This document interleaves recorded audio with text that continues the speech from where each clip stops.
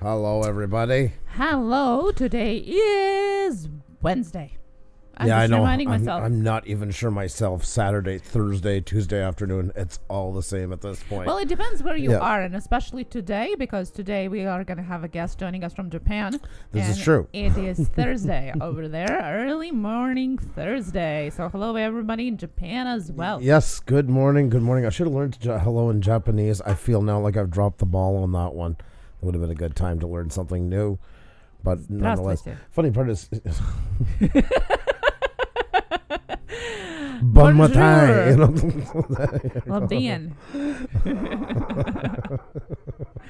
There you go. So at least a couple other languages we have covered here. Awful. If you guys know any other languages that you can say hello in, please drop it in the chat. Hello, everyone. Yes. How are you doing today? Great to see you guys here. Great to see you guys here. Great that you're here tonight for our guest, guys.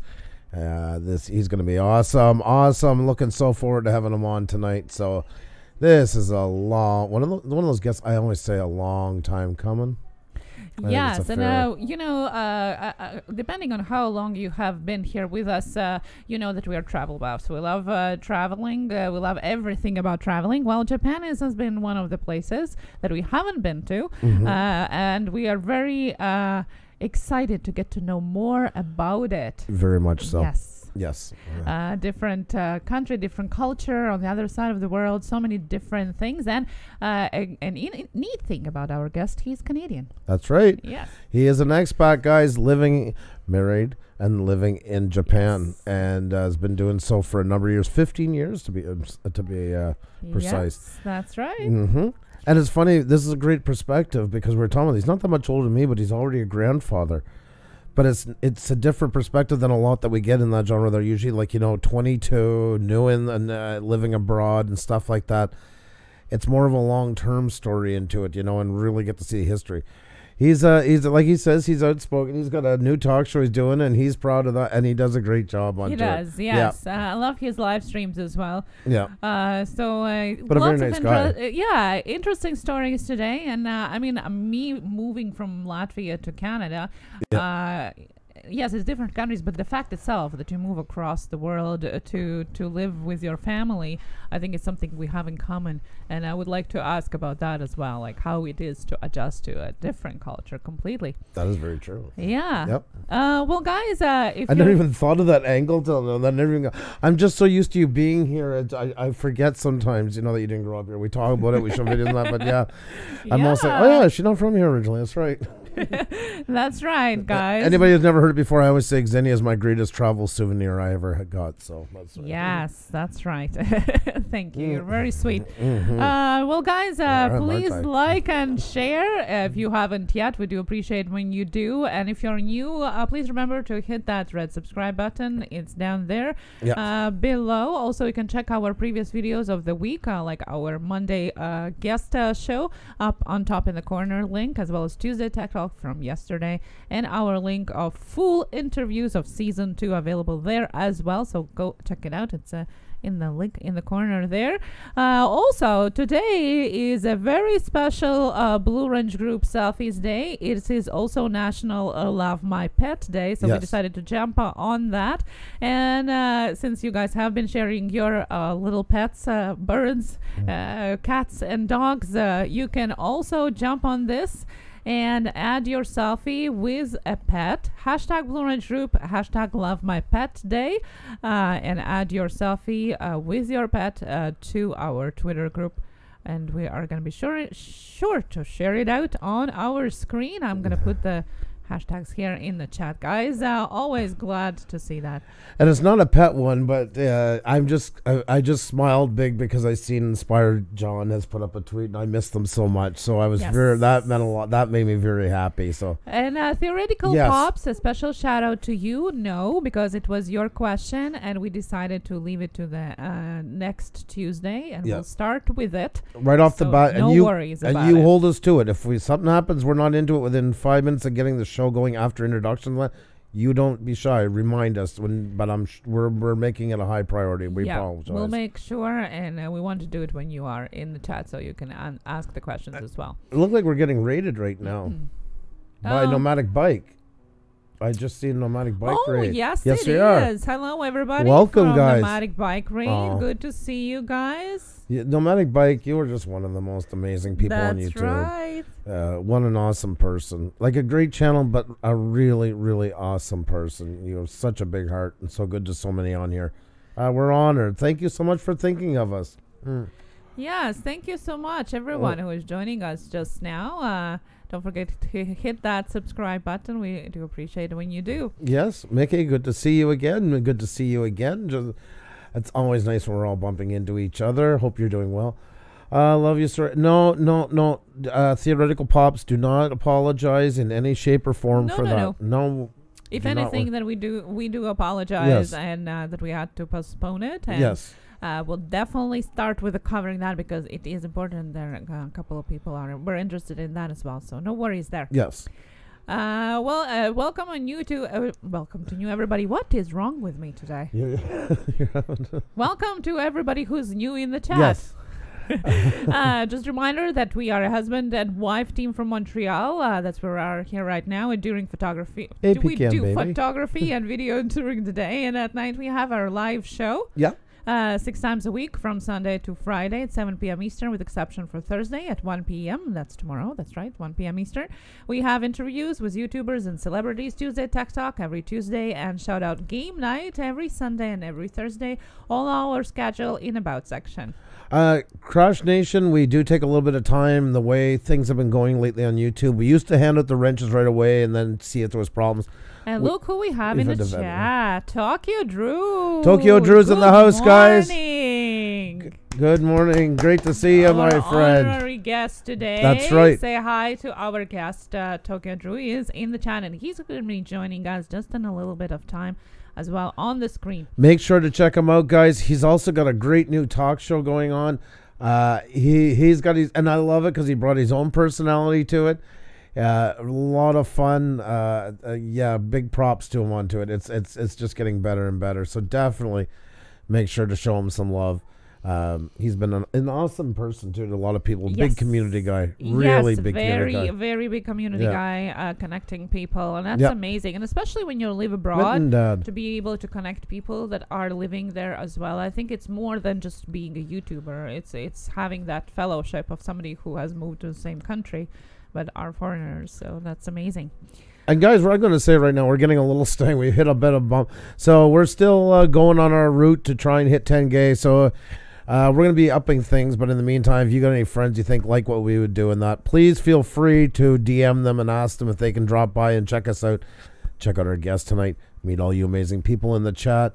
And of course, hit the like button. Please tweet it out. It really does help us. It helps you guys, helps the guests. Everybody wins from it, guys. That's what keeps us trending. And without you guys, we wouldn't have what we have. So that's why we have to call on you guys for help, because you're the only ones that can truly make it happen for us, as you've done so many times in the past. And we cannot thank you enough. I just want to say that from the bottom of our hearts, everything you've given us has been nothing short of amazing. I see Let's Eat with Nadira is, 35 away from 2K. So Tonight is an interview night. One thing is definitely during the interviews, we do not celebrate even milestones. It's nothing personal for anybody, unless maybe the guest to hit it. We make an exception. Yes. So we're a little bit more on the download tonight. But guys, if you haven't supported Let's Eat with Nadira, this is the time to do it. You see, she just posted, and show her some love, though. That's right. And if by any means you are not there. Prevolution. Is that good enough? He asked for echo. Okay. Got to keep the crowd happy, folks. Got to keep the crowd happy. If you're not at 2K by tomorrow, definitely we'll do that during our shout-out wheel at 1 p.m. Eastern. So if you haven't hit your milestone yet, join us tomorrow, and we'll definitely shout you out on the screen. And guys, if you haven't checked out already, on our About section, you can find our schedule. We're on 6 nights a week, except for tomorrow when we're on at 1 p.m. Eastern. All times, of course, are Eastern Standard Time. And that is when we do our our European edition shout-outs. And no passports required. It just means we go on early in the day to say thank you to all you amazing people across the pond that stay up at night so many nights of the week because of us. It's just our way of saying thank you. And was the birth child of Karen Sommers, who is in the chat. My God almighty. I love when she hasn't talked for 2 minutes. You can see how much she's just biting at the bit to get going. My thoughts are having a traffic jam in my head exactly, right now. Exactly. That, oh my God, facing it is the first step. I'm so proud right now. Oh my God. Good job. Very good. This is a new day. Oh. My little Pooh Bear. You look pretty. Yeah, thank you. Now, somebody's asking, are we doing a revolution? No, it was a shout out to Prevolution. That's right. There is no revolution here just yet. Well, we're on the midst of one. After what we just heard, we're actually on the midst of one. So I take that back. That's right. Just a reminder for you guys that today is a special Blue Orange Group Selfie Day. You guys have posted your pets previously. Well, today is a great reason for that, to do it again. Hashtag Love My Pet Day, National Love My Pet Day across the board. So if you want to add your pet to the selfie, hashtag Blue Orange Group, hashtag Love My Pet Day, and we're going to show it off. As always, we do at the beginning and at the end of our stream, so it's never too late to do that. Omar, we were just joking about with Xenia. It's all good. There's no revolution going on. No.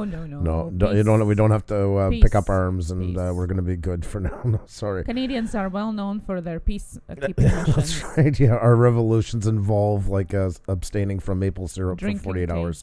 Yeah. That's right. Exactly. That as far as it's going to go. Hello, each and every one of you. Andrew's going to be doing a roll call just in a little bit of time. And to shout every one of you who have made to the beginning of our stream here. And that's going to be your cue to like and share if you haven't yet, and add your selfie to the hashtag Blue Orange Group and hashtag Love My Pet Day. Looking forward to that. Thank you so much, Karen Sommers. Really do appreciate you. Have a nice and thank you once again for that idea many months later, and it's still a success. So we really do appreciate it. I think I'll just say hi. I'm just putting out those links, and then it's about time to go and say hello to all these awesome people, guys. We got 86 in the chat and climbing, guys. This is the time, please, to tweet it out. Hit the like button. New here? Please hit the subscribe button so you can see everything that we got going on. We'd love to get to know you better. It is a pleasure, as always, having the chat. The more the merrier, guys. That's one thing about a live stream. Always works that way. The more the merrier. Anything else before I call everybody out? Well, Arthur Images is reminding us about Bailey's. So thank you so much. Thank you. Thank you. Oh, that Bailey's. Still never got it, but thank you. Thank you. Gil Skills, how are you tonight, my friend? Great to see you. Great to see you. Let's see here. Just added that. ASMR. Yes, we are going to have ASMR channel joining us next week. That's right. A week from now on Wednesday, we're going to have ASMR Lady Whisper Community joining us. Yeah. So definitely look out for that notification on that. Sorry, Nomadic Bikes asking the rules. Yeah. Okay, I'm just posting everything here. Okay. Terrell already is posting it as well. Oh, okay, perfect. Yes, guys. Okay, I am going to address this. I timed out some in the beginning. We're getting a little bit more. We try to be flexible. Here's how it goes, guys. No asking for support in any shape or form. No asking for support for another friend in any shape or form. These are all common things we do in real life. If we go to a business meeting, it's not, well, if I buy your bricks, you're going to buy my roofing material. It don't work. That's all there is with that. So, yes, I've been timing on a couple more because it is starting to get a bit out of hand again. Every now and then it seems like a wave. So, no support, no asking for support, no self-promotion. That's pretty much it in a nutshell. It sums it all up. And as always, no self-promotion doesn't mean just asking somebody to subscribe to you. Giving, like, pushing down how much you would dream of hitting something. You don't need to tell everybody every little milestone. If somebody's close to 1,000, 2,000, that's fine. Just treat everybody with decent respect. It'll be fine. Yeah, it is an interview night, so we want to focus on our guest and pay attention to what he is talking or she is talking about. You can still network behind the scenes and look at each other's channels. The best way to do is to leave the comment and watch actually what they are doing. And believe it or not, people gain their audience just by simply having a great conversation in the chat. So let's do that on our interview nights here. I always say, think of it like a comedy club. It's normal when you're sitting at your table, you lean back and say hi to the person next to you, and that's all normal. I think I introduced a couple of people. Oh, I see, Nomadic Bike. Okay, I thought maybe somebody was giving you problems. That's why. You've been here lots before. And thank you so much for the raid. Yes. That was awesome. So thank you. You were so kind. So much. Yeah. Okay. And the last thing, because I'm going to say on that one too, please, I have to say it now and then, please do not go into our live stream, anybody else's live stream at any time and say, hey, how you doing? I just came in for a second because I'm going on in 5 minutes. I'm on a campaign for that right now because I'm seeing a rush of it again, another wave. It didn't happen here tonight, but I see it happening all too often, not just on our channel. So if you're having a live stream, best thing you can do is not announce it in somebody else's, because it's like going into somebody else's restaurant and saying, oh, are you enjoying your hamburgers? That's great. I just wanted to see. Hamburgers? I like chili. Let's go eat chili. Why do you always pick the weirdest food all the time when you do this? I say fast food. Let's go eat chili. Okay. Throw away It's that funny hamburger. She didn't pick like roasted goose or something like that. Hedgehog, yeah. Oh, God. Eastern European roadkill. Oh my God! Yeah, I know. I'm not a opponent of eating hedgehogs. Hedgehogs are too cute. Chili hamburger. See, Mickey liked it. She put the two together. That's ingenuity. There you go. She's like on the Wendy's path. There you go. I love that. But seriously, guys, just don't do that. That's never a good thing. And that's really like going into one person's store and announcing that you just opened yours across the street, and not just ours and anybody's. And I'm seeing it happen a lot lately again. So. Kielbasa for Xenia. Yes. Xenia. Please, yes. Kielbasa. Oh, so good. You don't have to fry it, by the way, guys. Just put it on your sandwich, open-faced. Or 10 images to kill Sonic the Hedgehog. No! I can see an image popping on Twitter in a short time about that. Well, let's see who is in the chat here today. The roll call time is coming, and each and every one of you is going to be called out.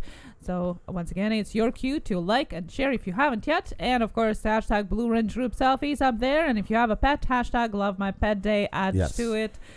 So we can all look at your amazing cats, dogs, birds, and whoever you have there. You never know. You never know. Squirrel. I want a squirrel pet. Oh, I thought you were still talking about the food part. No. Oh, little llama Laura, I know it's late for you. I understand completely. Alrighty, guys, let's take a look at those selfies. Let's see what we got going on with all you amazing people. No, sorry, calling out everybody's name first. Sorry. And congratulations to So Tweety for getting under the review for YouTube partnership. Excellent. Good job. There you go. That's something to celebrate. I love it. Congratulations. You got this in the bag. They're going to love your channel. Alrighty, guys, it's time for an arena style. Welcome to all you amazing people in here tonight. You guys are what make the live stream what it is. We can't thank you enough, and that's why, hence the echo. Just think of whatever city you're living into right now, you're on the main stage, and everybody's screaming your name. I want to give a great big welcome to Zeon. It's your boy Leo, Wood Pigeon Outdoors.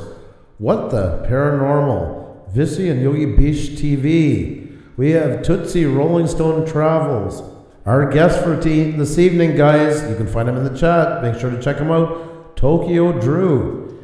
Theoretical Pops is in the house. the Shiny Collector JVB, the Mitten Dad, the Creator Spotlight Show, the Art of Reed, Terrell's Artwork Channel, Stealth Panther, Stacy, Here We Grow Again, So Tweety, SoCal Okie, Smokin' Joe's Barbecue, Sleeping Artist, ASMR, So With Ease by Sophia Tailoring.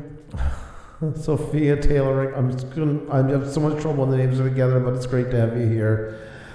We have Sonia Diamonds in the house, Rosie Darkstorm, Ralph Morick, Race Day Channel.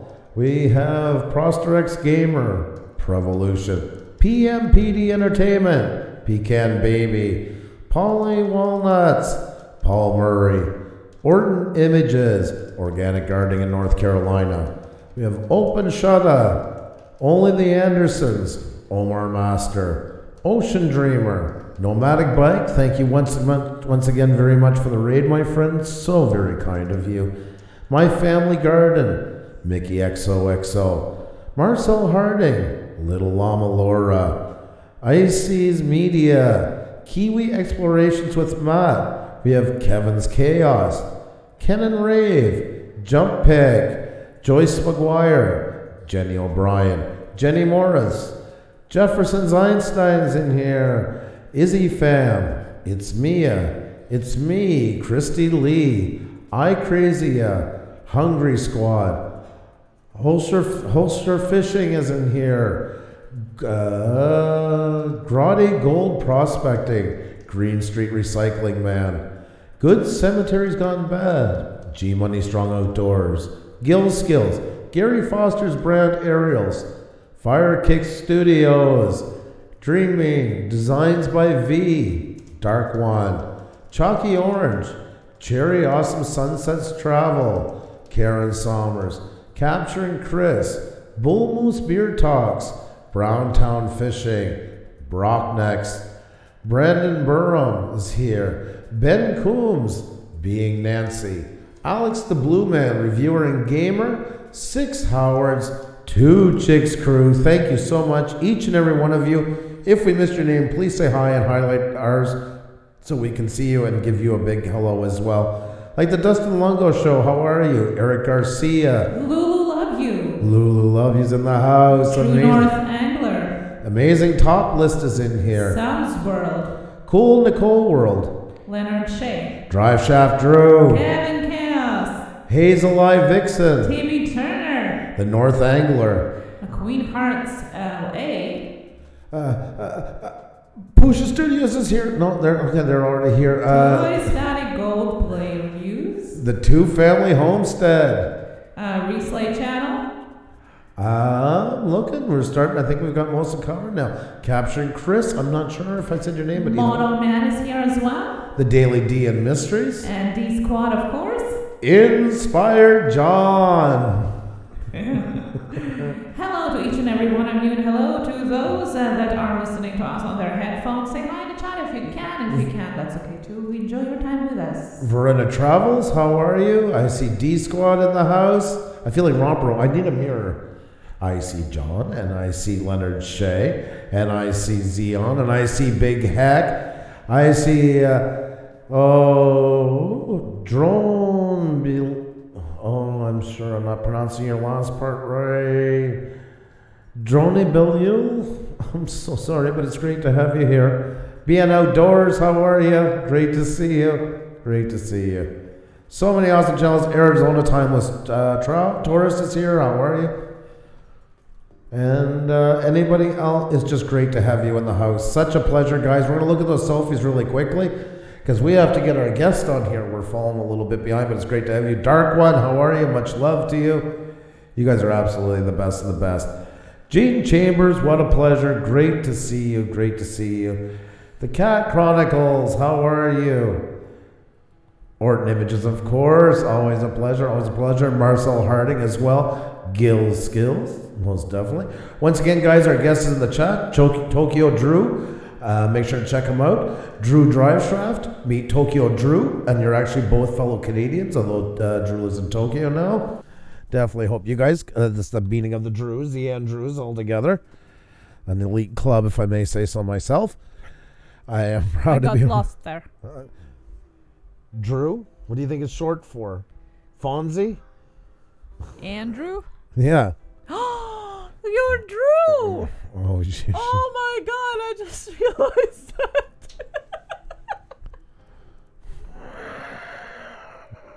Drew! Welcome to my life. Oh, I didn't Tokio know that. Drew sounds good. Drive Shaft Drew sounds good because it's tough. But me just on my own, I'm not, I don't, it doesn't. It's good to meet you, Drew. Alrighty, guys, we're going to check out these selfies right now. I swear to God. If anybody's a divorce lawyer out there, make sure to look me up. No, I didn't Let's know connect. that. I'm not born here. I don't know what the shortened versions are. Drew. Oh, that's so cute. True. On its own, these guys got the edge. They make it happen. Tokyo Drive Shaft. What you saying? Name is Drew. I sound like I should have like a beanie cap on, licking a lollipop. Anyways, we can find a lollipop. All right, Zion, we got to get to our guest soon. Xenia's going to talk for hours, guys. Meet the sexiest Lola and Prince Snoopy. We're always listening to Pusa Studios' voices in the live stream. That is so cool. That is, and it is lit. Oh, look at this. Look at that. Look at the Lola. Oh stuff. my goodness, Yeah. they are so amazing. Do they have? Pusa True, thanks, Orton. I don't know if they. You should make a separate Instagram account just for your pets because they are so photogenic and the pictures you're taking, you would just fly off the charts. That's right. That's right. And we have Orton images here. That's awesome. Love the throwback. So far has watched all but last night's. Ted is catching up. That is awesome. Thank you so very much, Orton. I do appreciate it. Oh my God. Little llama Laura, and I know for pet night she would be ready to go. She's got a lot of friends there. Just me and one of my cockatiels. This one is Pip. Pip has been a lot of pictures. We've gotten to know Pip well over the last while. We have Wood Pigeon outdoors here. Munchkin knows Daddy's sick. Been snuggling all day. Oh, hope you feel better. Yes. Hope you're feeling a lot better soon. And we have Jenny. How are you, Jenny? Always so nice to see you. Hope you're having a fantastic night. You are so awesome to us. Thank you so very much. Thank you once again. Do appreciate it. Kiwi Matt, thank you so much for tweeting it out. And Vision Yogi Bish as well. Thank you guys. It is so appreciated. It really does help a lot, guys. Here's what I've been waiting for a while. Ooh. I want that cookie. I inspired John says I didn't realize it was Animal Selfie Day. Hey, you gotta play into it, and I just love it. I was beaming when I seen your selfie. Yeah, we missed you. Mm-hmm. Very much so. So it is an honor to see you, cookie in mouth. Oh my God, you're so awesome. Drew Studios. Oh my God, you're cool, Drew. Yeah, yes, but see, Drive Shaft Drew, you and Tokyo make it cool. That's the thing. I can't bring nothing to the table. That's not going to be the end of it. Watching Pusa Studios with love for all. Keep on popping. Oh, that's so amazing. That is really nice. Awesome. Thank you very, very much. That's right. Inspired John Cook. Hashtag Cookie Monster. That is really cool. Thank you so very much. Sleeping Artist ASMR. Wow, look at that. This is my favorite pet. She's the least trouble. Wow. Does she roam like freely or does she have a terrarium? I wonder. I'm wondering myself as well. Let's get down here and take a look-see, shall we? We have Jenny. Oh my God. Furball. Yeah, furball, yeah. Mama cat last winter. Oh. God. You barely see the feet. Perfectly round. We're seeing a lot of always mistreated pets that are not looked after at all and have such a rough life. Yeah, you know? yeah. Hi, sir. I can't be in the stream today. I have a friend that needs help. She's in pain right now. Oh, I have to help her. Hey, definitely. Vexy. That always comes first. Love always first. Always. Wow, look at that. Put together 10 times with Pusa Studios. I love that. That's good. Yeah, no, that's clever. Very well done, my friend. Thank you so very much. Do appreciate it. Well played. Well played. Kiwi Matt in the house. How are you? Great to see you. Checking out Pusa Studios in Tokyo. Drew live right now. You are awesome, my friend, and hope you're off to a great day on the land down under. Much, much love to you. And Snake's name is Medusa. She lives in a tank. Oh, really? Medusa. Yeah. Wow. Pusa Studios live right now with an interview. Thank you so much, Dave. He's working hard to keep us on that head of his tonight. You are so awesome. Always comes with new ideas. I don't know where you think of it. I think yeah. You're like, I'm telling you, he'd be the funnest person in the world to just hang out with. I'll be on the chin. I just fixed a lot of issues today, but in a way, I celebrate my birthday. Thank you for the song. Yesterday's stream. Hey, what the least we can do for you. Of course. And if you consider that a gift, you can say thank you for it. I'm just glad you're happy with it. That's all I can say. That means a lot. Arizona Timeless Tourist, my friend, always looking fantastic. Always looking fantastic. Definitely not the same weather as here in Montreal. That is for sure. Hope you're enjoying the day. And Sergeant Slaughter, thank you so very much for tweeting us out. Thank you so very much for supporting. Guys, we really do appreciate all the support. Look at that. Oh, my God, the smooch. That's right, guys. Hello, everyone. What's going on? God bless you. I can't wait to see what you have in store for me tonight's live stream. Guess what? Tonight's an interview for Whataburgers. Oh, we'll definitely wish you the best. Yes, definitely. Awesome. Fingers crossed. Yes. That is too funny. Yes, you can definitely send it on Instagram. And if you are on Instagram, you can follow #BlueRangeGroup. So you are always updated on all the selfies that are there. I always check them out after the show. So check it out there as well. Very nice. Very nice. Jesse Robert, yes, we didn't get to see yours last night. Glad you're here. I love the shirt because you can't always blame Canada. That is so awesome. I love that. Yeah. I get such a kick out of that. Sorry, last night kind of things took a different turn. But yeah, thank you so much for posting it tonight. Love the shirt. Absolutely love the shirt. Oh, guys, you guys are awesome. It's not too late, guys, to get those selfies out there. We love seeing you guys. A selfie of you watching us. And if you can't do that, no problem. A selfie of you. You got merch, all that stuff. There's where you can do the self-promotion. Put it on. Show everybody what you got going on. It's a great place to be seen. Great place for everybody to see what you have. Oh, and one last thing. We've been forgetting for now a week that we have merch as well, guys. Don't forget. We have merch. That's right. The Blue Wrench Group. Something for everybody. Babies, adults, kids.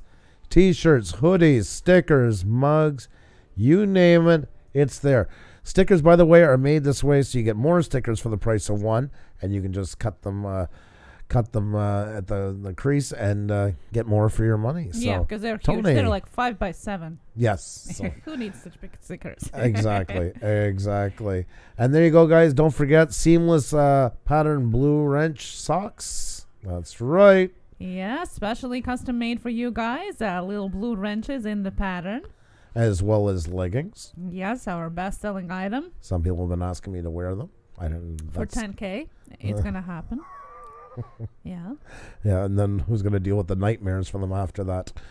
But either way, guys. We're going to put disclosure. Yeah, exactly. Yeah. Oh, well, okay, little llama Laura. I know across the pond for you how late it is and that, but thank you so much for joining us. Always love having you here. Ryan Schneider, hey, how are you? Hey, I just woke up to see this. No, you didn't miss it. You're right on time. You couldn't have come at a better time, and great to see you. Great to see you. Yes. Oh, let me get them set up. I'll pass over to you, Xenia. I'm going to get everything going here. Yes, that's right, guys. Well, just a reminder for you, if you haven't shared this live stream out, please do. We do appreciate. And, of course, hit that like button as well. And #BlueRangeGroup selfies. We're definitely going to get back to them at the end of the show. You are also more than welcome to ask questions to our guest tonight. Just remember to put @PushStudios or #PushStudios at the beginning of your question and address the guest. So I know it's not a question to us because that's what I get confused sometimes. And ask your question. We're going to be asking them during the show and at the end as well. So definitely, I'm sure there's lots of questions about living in Japan and moving and creating the community which she has very successfully done as well. So always welcome to do that. Yep. Do they have men's tank top? I can add it if you want. So if you guys want any other merchandise items that are not listed there, you can definitely message me and I'll add it in no time for you there. Our guest just needs a couple of minutes. Something came up for work, so he just asked for a few minutes. So in the meantime, we're just going to hang out with you guys.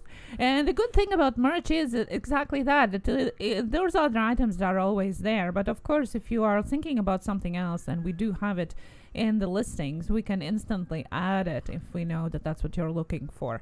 So definitely, I will do that.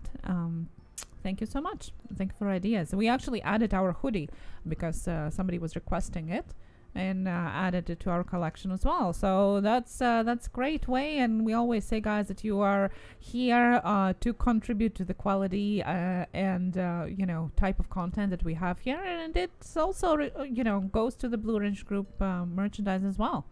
It's a Blue Ridge Group merchandise. So I'm reading Ryan's question. Thank you, guys. Love to see you guys, and I want to see you make Tokyo Drew uncomfortable with the tough questions. Well, yeah, he and I seen you guys' interview. It was really good. I hope we didn't make you uncomfortable when you were here with tough questions. Yes. By the way, guys, you've seen Ryan Schneider Vlogs in the chat. He's one of our past guests as well. Yes. He is a circus performer. And check out his interview that we had just a couple of weeks ago.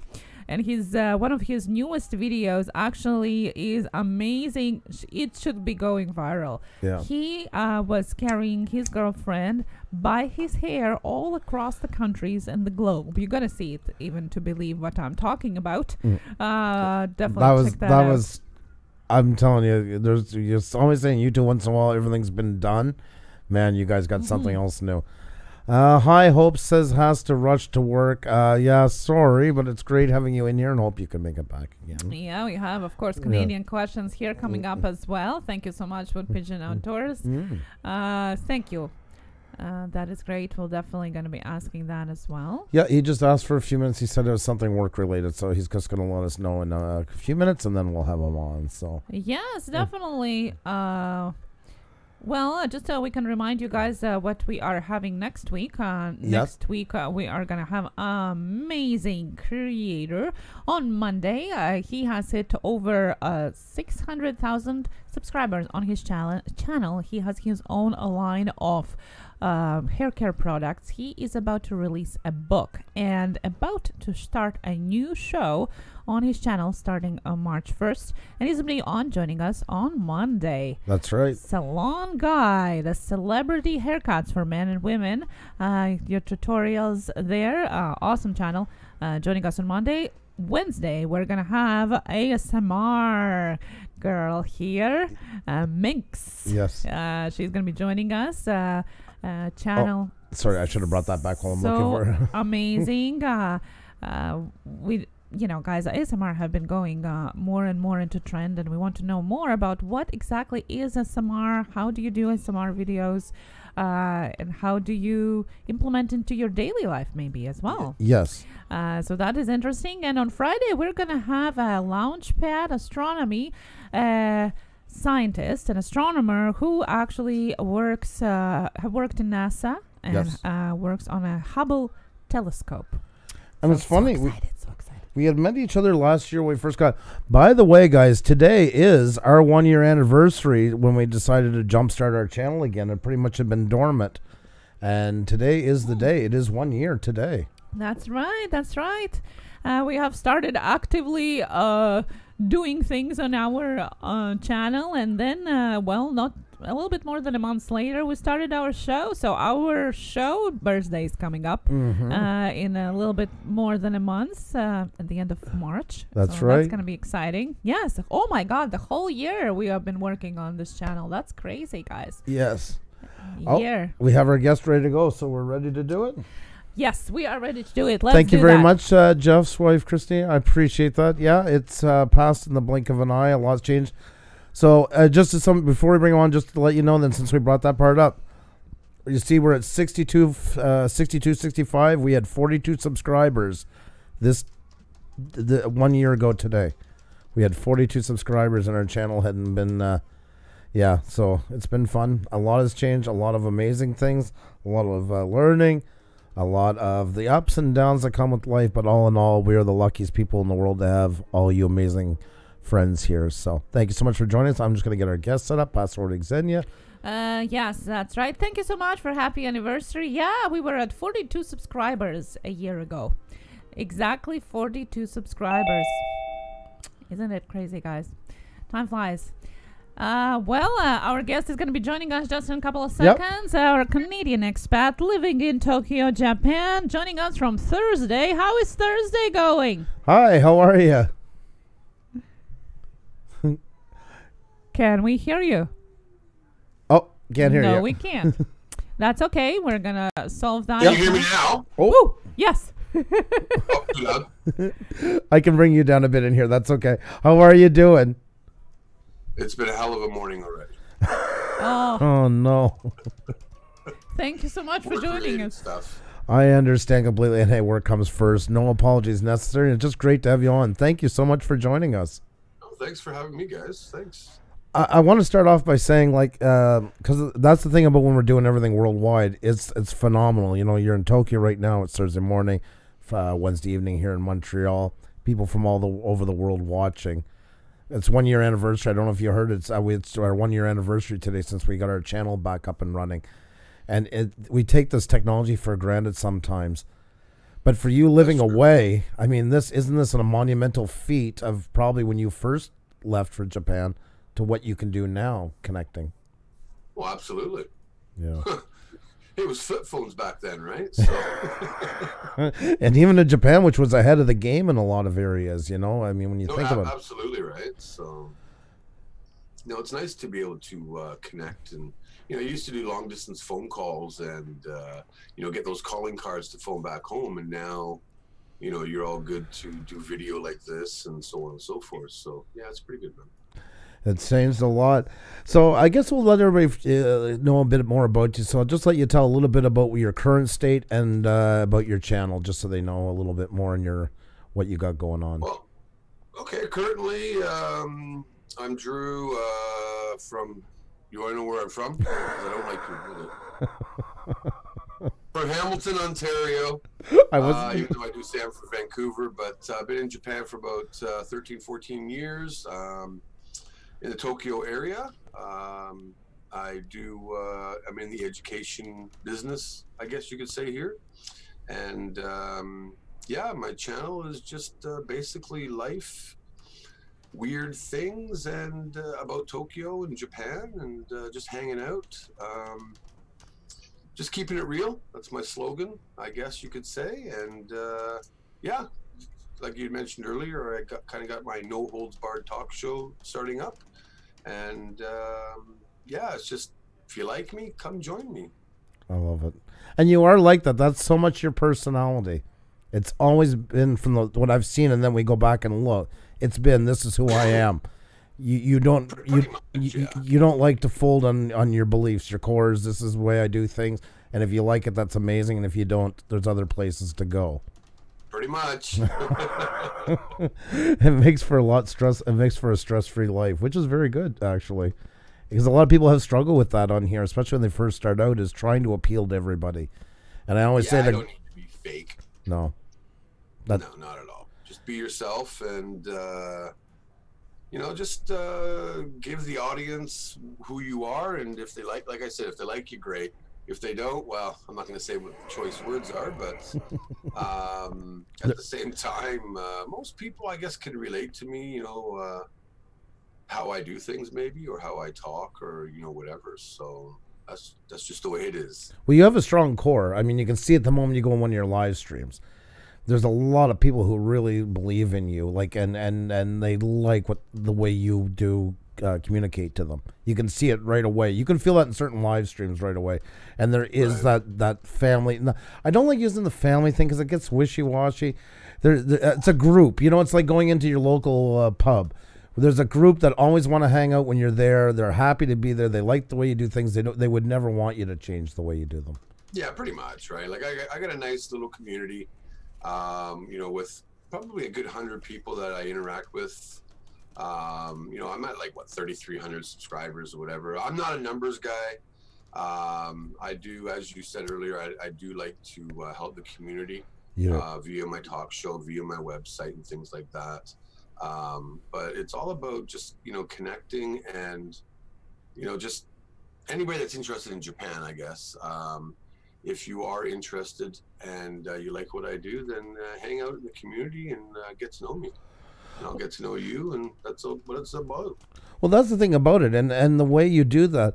I like your take onto it, because I don't know if you heard earlier, I was saying so many of the people that are doing what you're doing, no matter where it is in the world, it is more of a young man's game. It is like, you know, I'm 20 and I'm on my own and I'm living in Indonesia, or I'm 18 and I'm living in Tunisia. It's all these stories. It's nice to have a channel you can more relate with, and your perspective is always going to be different because of age. We all get that with life experience.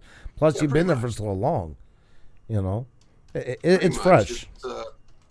Well, I'm the OMS channel, the Old Man Syndrome channel, and I wouldn't say old. You know, like, I guess my you know, people watch me from about 30 years and up, kind of thing. Yeah. And you know, people that have been here, you know, retired in Japan and went back home.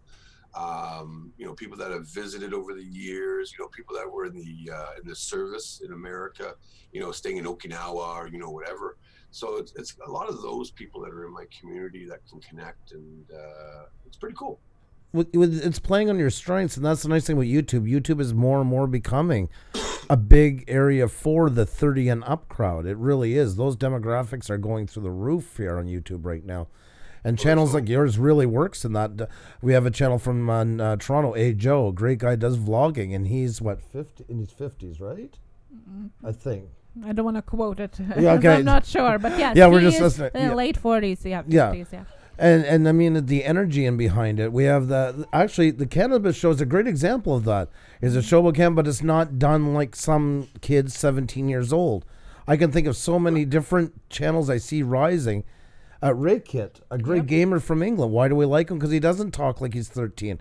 He's a guy in his 30s and talks to people in his 30s. And your channel really fits in that demographic of channels that have a lot of potential now to jump on the bandwagon because of this rise in age that's coming here.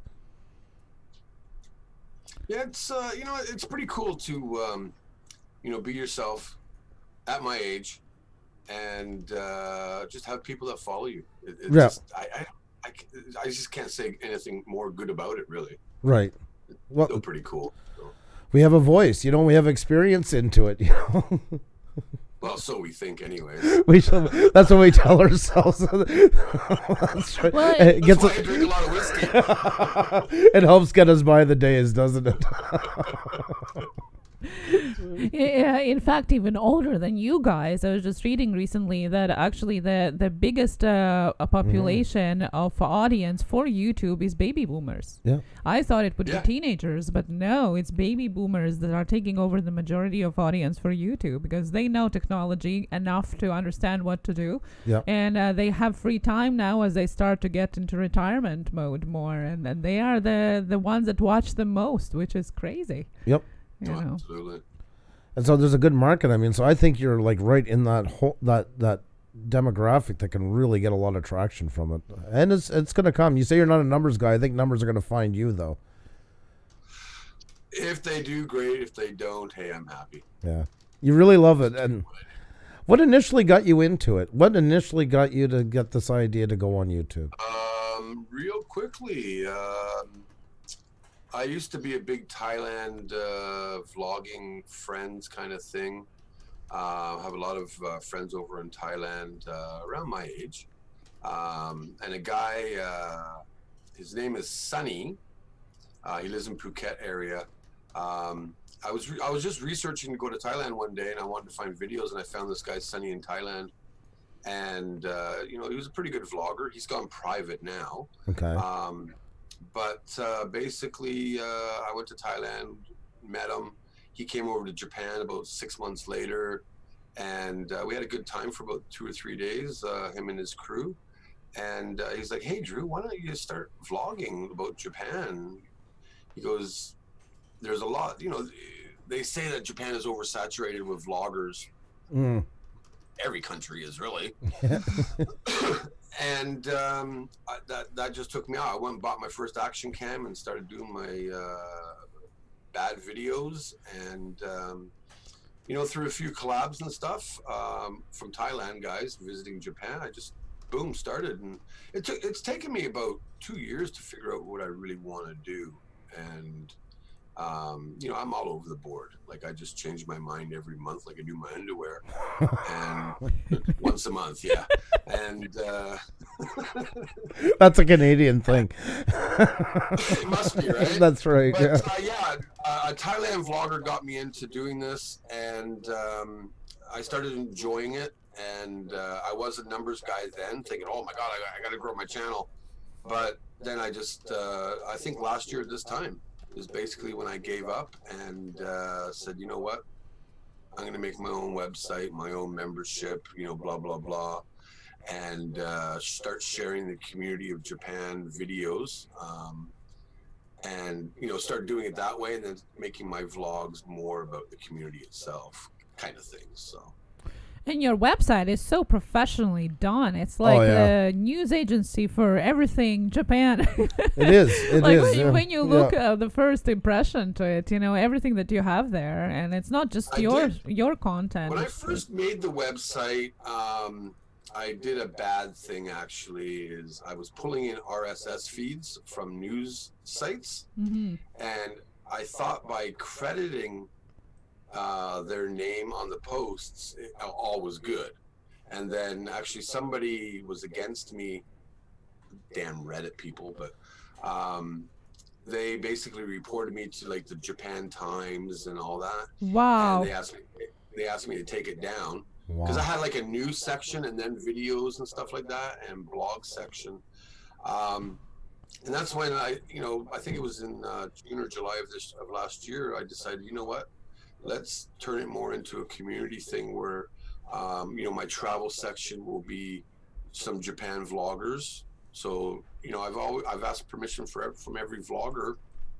So every section is a different person. Like my food is about 3 or 4 different Japan vloggers that do Japan food, and so it's just sharing the community.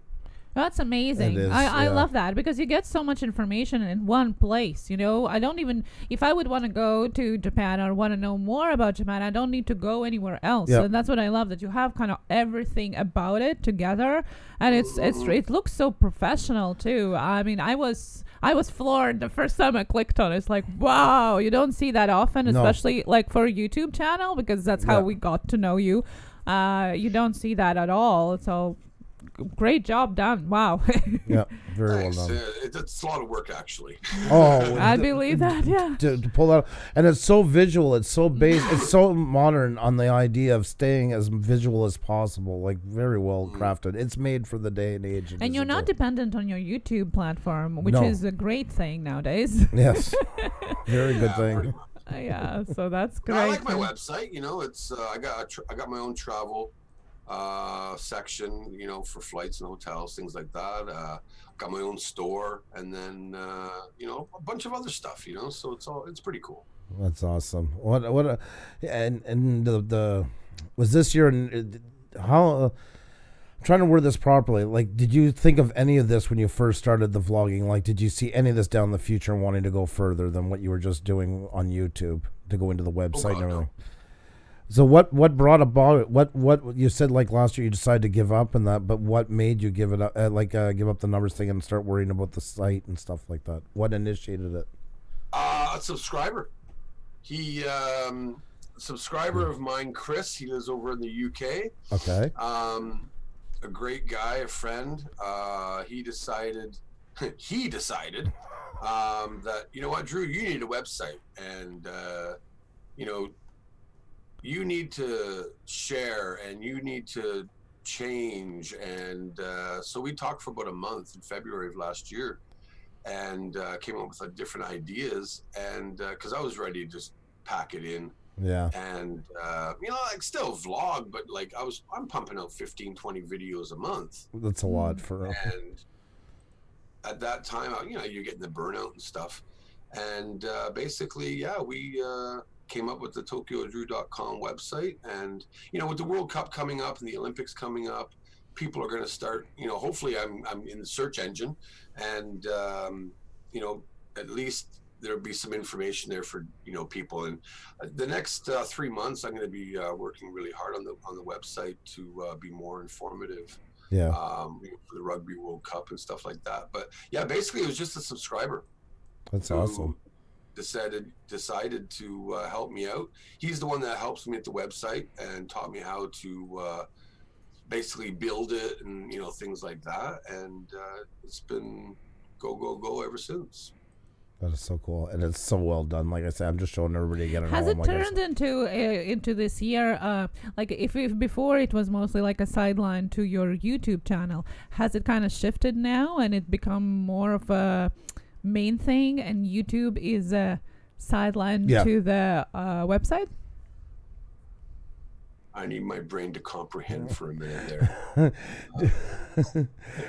Which one do you think takes the priority now? Is it the website or the YouTube I channel? still say YouTube. Yeah. Yeah. Because if I'm not connected with YouTube, then I'm not connected with the website. Okay. It's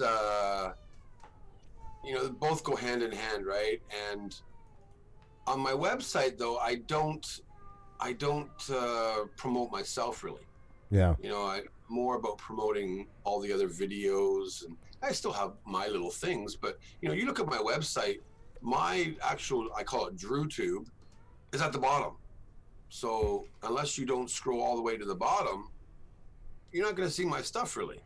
I do have a creator spotlight, so that kind of goes hand in hand. And I change that, once every 2 weeks or so. So at least, anybody visiting the site, they can be like, oh, hey, who's this person? And, click on the link to go to that person's channel. So they are hand in hand. But yes, I think YouTube is still more of a priority than the website, but they do go hand in hand. So. That's what I find interesting about it. I'm thinking, like, because Xenia said tonight, she goes, and she was talking about you. She said, her coming to Canada will have a lot in common. You're living in Tokyo, expat, her from Latvia here. And I always forget that she's not from here anymore. It's just been so long. She's just Xenia. Forgets I'm here to begin with. No. Oh, here we go again. Anyway, as I was stating, I find it with her, and I'm thinking as you're talking about the website and want to promote, like, a Japan culture and Japanese vloggers and all these things, I find people that are expats, one thing they really truly bring to a new country once they're established there is kind of open up everybody else's eyes that's living there to what's going on. Maybe because, you have a new perspective onto it, and I was wondering if you felt that way about yourself. I do, but that's really hard to answer, like I do, but I don't. I guess by, what I do, it does open up my eyes, but, if you're not in the, how do I say this? You got me stumped already. Damn. Well, Ryan asked us to stump you with hard questions. He's in the chat, so. Yeah, I saw that. I was trying to ignore it, but go do your high flying stuff, Ryan. Hey, you did it to him. You got the stripper picture out of him, so I seen that in the interview with you. We didn't get, so yeah. That's right. Absolutely. And I can say it because it's out there now. Yeah. that was something. I'll give you credit. No, I'm off track. I forgot what I was saying. No, just about how, like, because you are an expat living there, do you feel that you maybe embrace the culture or celebrate, like, because what you're doing now is like bringing it to the forefront, that you that's based on because more you're an expat, it's new to you, so you're more like into celebrating it, where people that are living there might not want to put the effort in that you do. Go to the effort of showing off the culture. Like Xenia, she does it a lot here, I find, especially where I grew up. Oh, let's do this. Let's partake in that. Let's telling everybody where we're from. Where I'm like, whatever. When Andrew, after a while, he said that I kind of opened his eyes again to lots of the things that kind of have become mundane, because you live in it, you look at it differently when it's part of your everyday life. But us, it's like, for me, it's like everything was new and amazing, right? And you kind of want to talk about that to the person that you're with, and they start to look at it in a different light as well, I find. I guess I do things a bit differently, but like at first it was like, wow, this is Tokyo. Like, I live in Tokyo. Yeah. And I'm a Canadian, so this is awesome. And it's like, okay, I want to show everybody everything. Yeah. And I still do. But at the same time, it's daily life here. Yes. And no matter where you are in the world, you get used to the culture and the daily grind and the daily life here. So now I find that showing people different things, and there's so many other vloggers here, just like every other country, everybody does the same thing. Mm-hmm. And how do you show your culture and the culture that you live in a different way? So I think I hope that answers your question in a way. No, yeah, that's a very fair answer onto it. That was the thing, because that's the thing. You've been there for so long. It's the novelty is not. I don't want to say worn off in a bad way, but you can't be a tourist forever. At some point, you got to feel like it is part of your home, exactly. Your routines and stuff like that, or that means you're having a real hard time adjusting otherwise. Pretty much, right? Like now I'm at the point where how to take a bus in Japan. Like, really? Because you don't speak any Japanese, right? I do not speak Japanese much. Okay. And a lot of people ridicule me for that. Oh, you've been in Japan for 13 years and you don't speak Japanese? Yeah, no. 95% of my job is English. Yeah, it doesn't give you much time to integrate. To be honest, I am a little embarrassed that I haven't taken the time out to study Japanese. Like I have a 14-year-old son here, and you know, he doesn't speak very much English. So when we hang out, it's like kind of like the gesture game. I want, you know, blah blah blah, and it's like, okay, Kai, what are you trying to say? Oh yeah, and then he'll break into English. I want money, Dad. Okay. But yeah, I don't speak much Japanese, and actually one of my goals, or my bucket list goals this year, is to I've been actually behind the scenes doing a little bit of Japanese with a teacher once a week, so only for an hour, but I think she's ready to give up on me because she just keeps calling me a stubborn old man. Oh no. Yeah. And you'll never learn. So, oh my God. We probably speak 75% English in a Japanese lesson. Oh. Maybe it's my mentality. I'm not sure. Well, it gets a little harder each year. And especially once you are established in there, it's a bit harder, you know, because then you know you can get by without it and stuff like that. So it takes a little bit of the pressure off to learn something as well. I get that when we go to Latvia, in the countryside where they don't speak barely any English whatsoever. In the city, Riga, and that I can kind of, you know, wing my way by for some of the places. But after, yeah. It's like here too, because we're in Quebec, kind of everybody talks French. And I mean, first it was really hard, but now I don't talk still in French. I don't consider myself knowing French, but I understand enough to you know, kind of go by and understand what they're saying in the store, and you know, understand the kids' homeworks and stuff like that. But it doesn't incentivize kind of to learn more, although I would want to, like you're saying too, you know, would be great. Right. But you know, we only have so much time. Quebecois is kind of hard to understand in a way too, right? I knew you were waiting for your in on that one. Yeah, where else I'm going to be using it, right? No, I was going for him. Drew was waiting for the in on that. I'm actually a Frenchman, so like my father was a Quebecois. I say Quebecois, but not a Frenchman. But yeah, I couldn't speak English until I was about 4 or 5 years old. So, and now I don't speak any French. Really? But you started off with French in the house? Yeah. Oh, yeah, I didn't know. My father is a Frenchman. And yeah, I had to go to English immersion school, whatever the hell you call that, from kindergarten. Really? And then one day my dad just said, you know what, we're English. So instead of, you know, calling you Andre, your name is Andrew.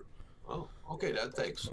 Interesting. I didn't know that about your early childhood. That's I don't actually say much about it. Yeah. What was it like growing up? let's kind of go back a little bit. Yeah, and anything you don't want to talk about, don't be shy. But what you do feel like talking about. What was it like for growing up? I'll answer anything. No holds barred, baby. It's grew up in Hamilton, Ontario, Stony Creek, if anybody's familiar with that. Mm-hmm.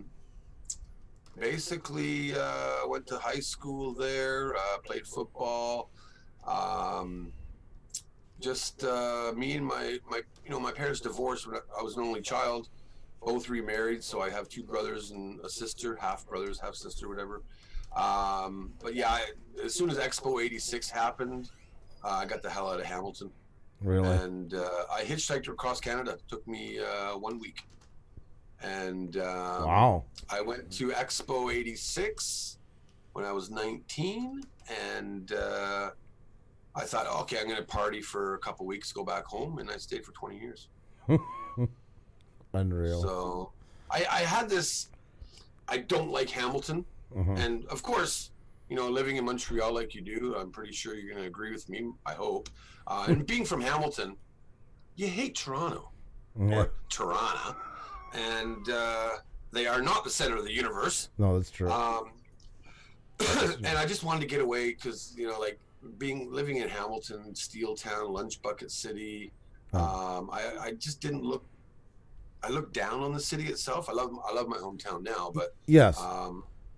And I just decided, you know what? Let's go to Vancouver, and Vancouver's an awesome city too. So. Yeah. It is, and that I came to Montreal because I grew up in a very rural place. It was like, oh, you better like Alan Jackson's or Garth Brooks, It was the same thing. It was all worked at a pulp and paper mill, or a couple were fishermen or log haulers. It was just not for me. I knew I was going to be leaving, very young in life. There was something, this just wasn't for me, and I wasn't picking on the people that lived there. It just wasn't me. I didn't see any way I could ever make it work that I'd ever be happy, and I knew it pretty early on in life. Did you realize it in early on in life? I would say probably around 8, I was already starting to daydream of where I was going to go. I think halfway through high school, I wanted to travel. Right. And but I had no, obviously I'm still in school, right? But traveling around the eastern states, Ontario with the family and stuff, I was like, is this what my life is all about? Is being in the backseat of a car? Yeah. And I said, I got to get the hell out of here. And yeah, my first thing was to go to Vancouver. And from Vancouver, I made roots there. And after that, it was just like, okay, here we go. Yeah. Japan, Thailand, Korea, let's travel. My whole family, up until this day, do not travel. They've only lived in Ontario. Yeah. Poor people. Huh. But at the same time, I'm the only family member that's ever lived away from that area. So, once you get the travel bug, once you want to move somewhere, once you want to live overseas, it's the greatest feeling, really. It is. I can't agree with you more on that. My father wanted to travel but never could. My mother had no interest into it whatsoever, and he was always big on us, both my sister and I, to flee, the use your wings and go, yeah, pretty take much, adventures world. He did what he did to bring us up, and they did a great job, no regrets. But he was like, I want a different future for you. There's a whole world out there, I wonder sometimes that once I met Xenia, I think they were scared for a bit that I was going to move over there, and I would have. Well, they kind of, and understandably so. Being in an older generation, they perceived it as a Russia. Yeah, they were worried I was going to with all everything that comes with the Cold War thinking and all of that. Exactly right. Yeah. They love her with all their hearts now. Oh yes, they're my second, set of parents. But before they knew me, yes, definitely. They were a little concerned, but. It happens. Were your family had any concerns of you moving so far away? No. I'm the rebel of the family, so they were just like, see ya. And they knew it was coming. They probably knew it before you even knew it. Pretty much, right? When you start dating Japanese girls in high school, actually Chinese at first, but they're like, my grandmother always said this, and I don't want to say anything bad, but verbatim, she was like, "Why can't you date a white girl?" Because I've dated Asians all my life. Right. And she goes, "You know you're going to end up in China, right?" And I'm like, "Yeah, pretty much." And that's pretty much what started it. So that was it was already an interest into you.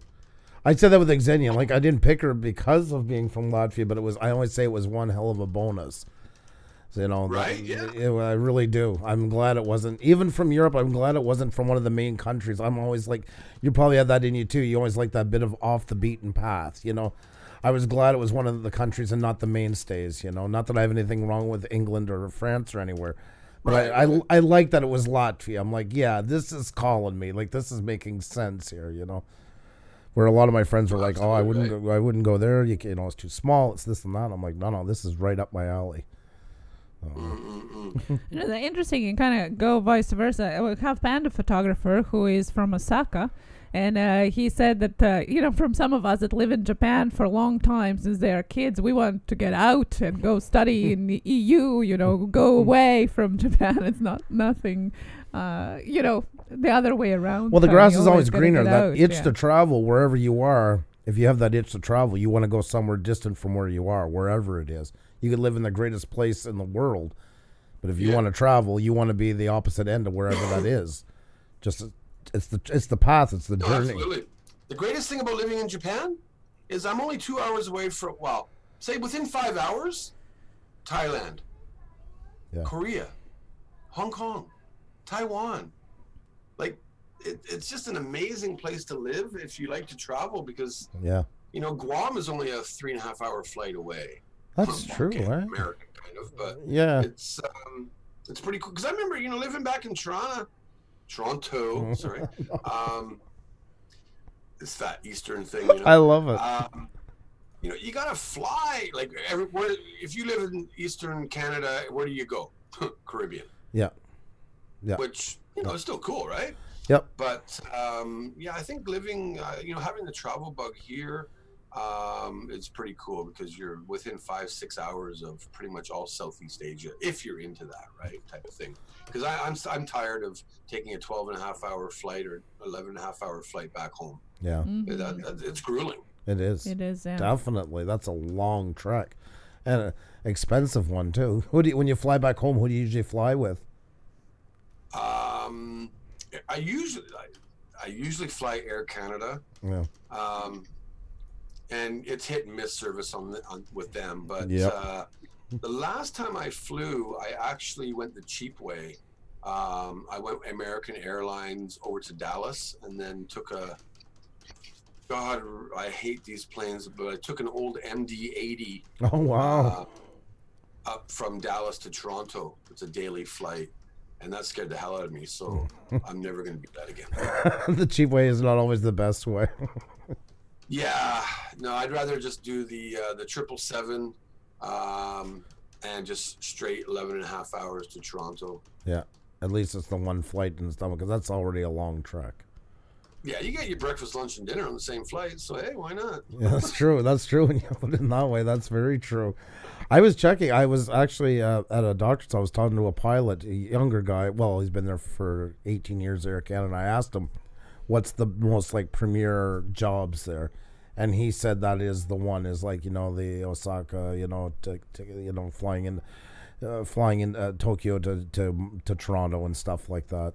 That's the biggest paying jobs. That's the oldest pilots that get them. And I didn't realize they made so much money. No wonder what the unions are happy.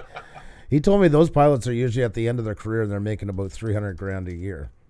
Oh, probably, yeah. Yeah, you know, it's should have been a pilot, but anyways. Well, you wanted to be a pilot. I did want to be a pilot. You know. Yeah. But yeah, we all have dreams. Yeah, I wanted to be a truck driver. Oh, I was a truck driver. I'm just gonna say, thank God I never did become one. Yes, I'm thankful you didn't become one. But kind of in a way, it is a way of traveling, especially back then when you were a truck driver. It does give you more opportunities to travel around the continent. Right. You know, if you're young and single, it's a great life.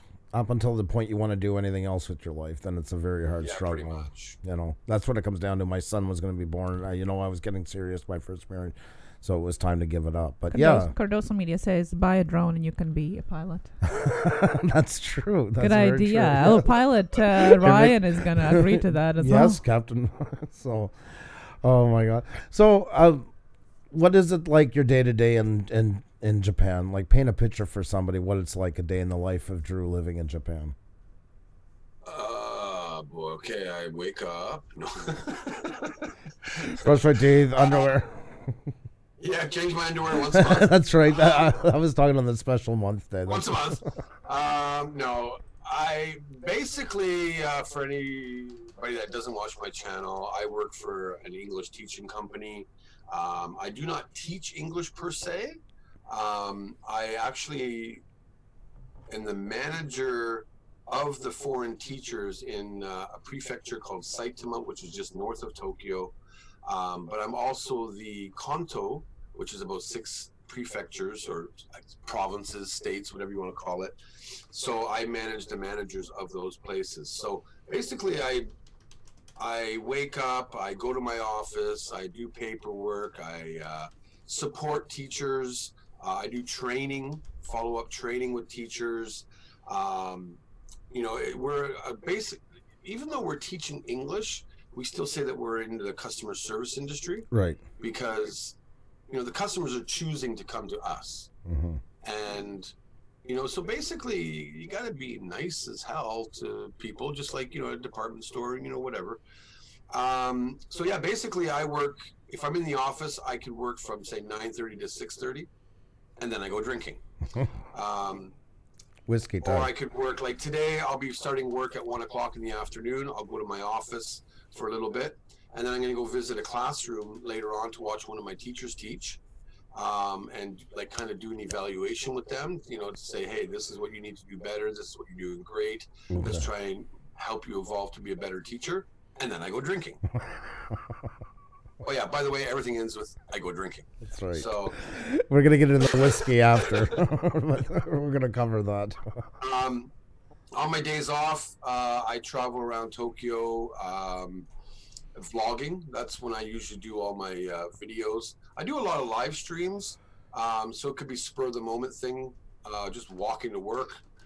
It could be something planned, and I'm always like trying to meet people, but day-to-day life itself, I work a lot.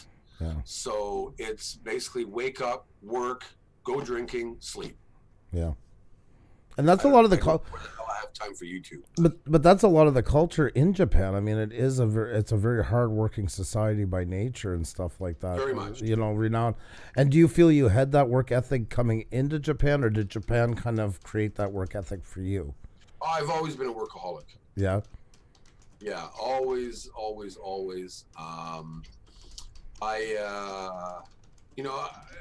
In my past, I used to work in the casino business for about 14 years. So always working hard out in Vancouver when the casinos first started in the late 80s.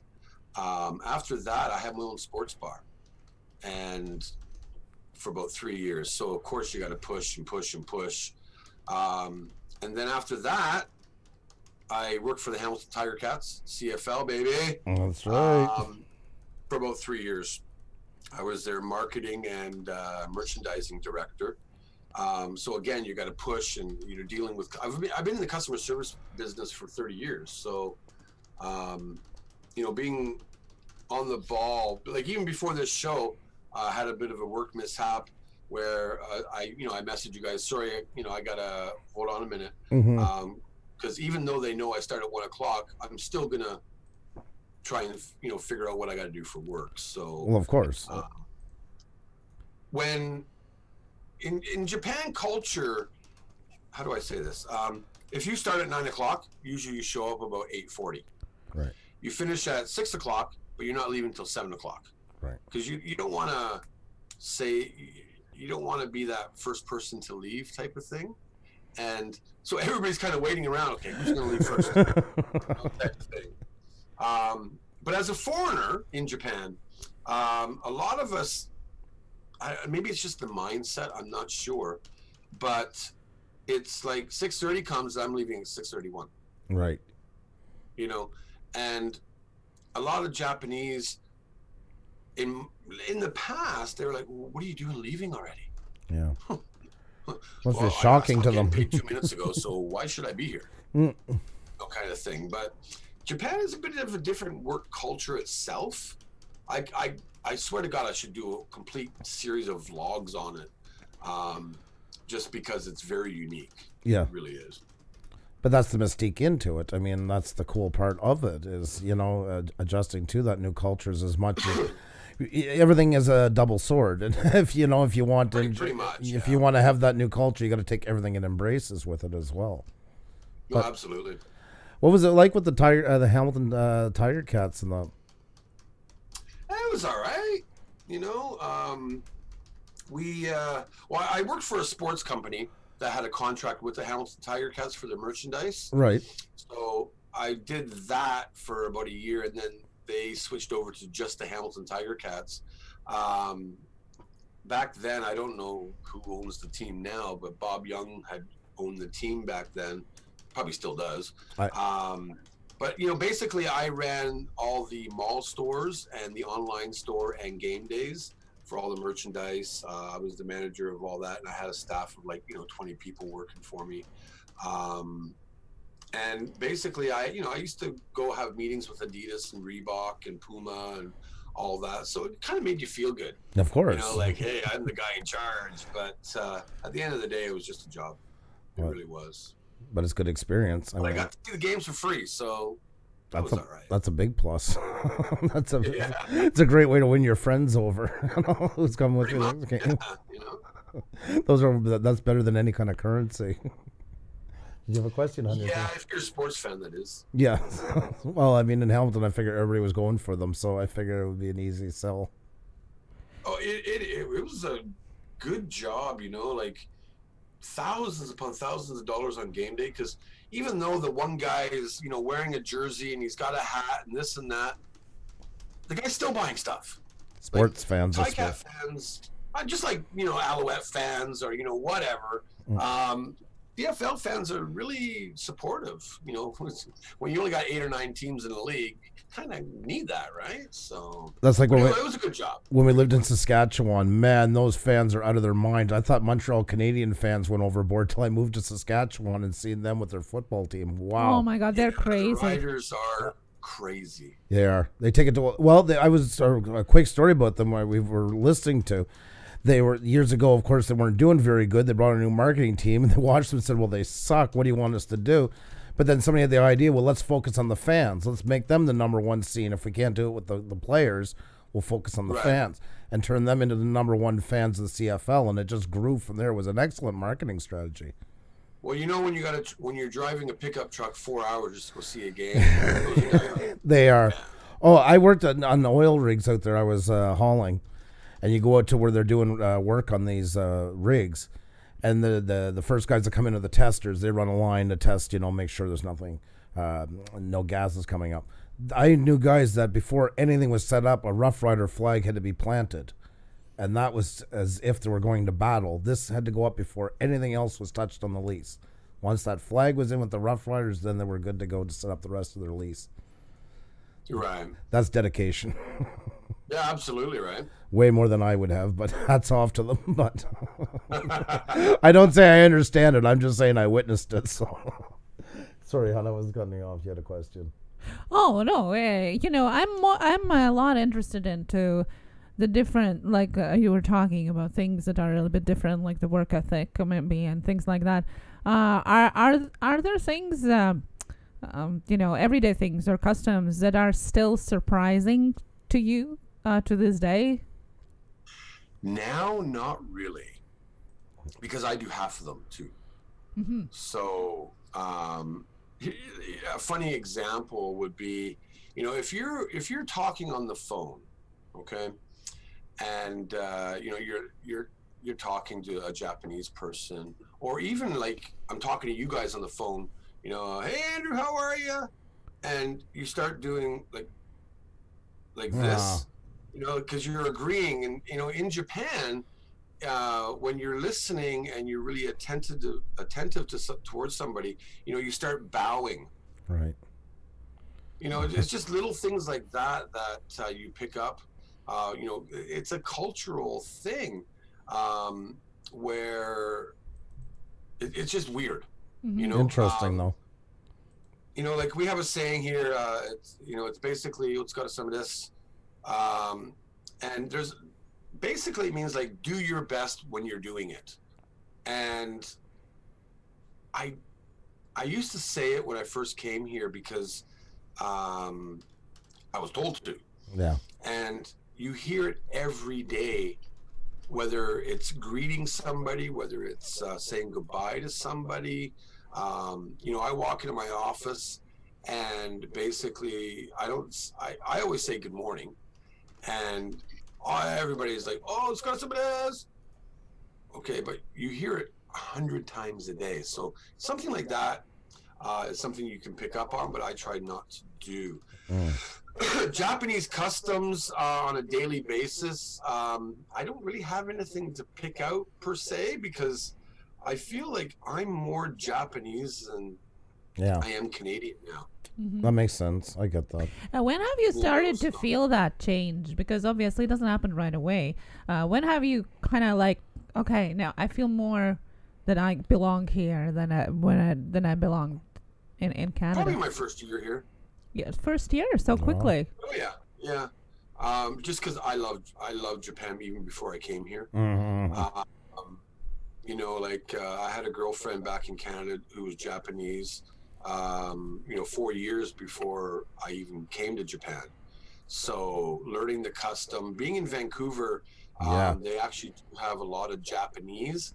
And I had my sports bar, so every Thursday night was like student night, and it got packed full of Japanese kids from the language schools. They're like, oh, cheap beer and wings. Yeah, we're in. And like they would come and buy a platter of 100 wings and 10 pitchers of beer. Wow. You know, so of course you get talking with them about the Japanese culture. What's it like being in Tokyo or, you know, wherever. And that's what I started to love about Japan. My waitresses hated it because Japanese, you know, here we do not tip. Yeah. And the Japanese were not very big tippers, of course. So no, they didn't know it through their colleges. It wasn't part of them to even think of it. So that's right. So part of the culture here is do your best to work without getting extra money. Right. And customer service in Japan is probably some of the best in the world. Unbelievable. It's amazing. It really is. And what motivates them? Is it a self-pride in it? Like what motivates? Yes, absolutely. Yeah. It's just, you know, like you might have heard, like Japan does not have much crime. It's a very, very safe country. And even like, I hate to say it like this, but even the Yakuza, the Japanese mafia, are polite. You know, like anybody you see, whether they look like a degenerate or not, they're still going to be polite to you. And that's just Japanese culture instilled into them from the time that they are a baby. It's so much of their conditioning. Yeah, absolutely. Yeah. Absolutely. And that's what's amazing about it. And like you say, that the expression you were using a while ago, it's not just an expression, but it's a state of mind for them. So by the time they're adult, I mean, that is so ingrained into their lifestyle. And I've never gone to Japan, but I've had an interest into it.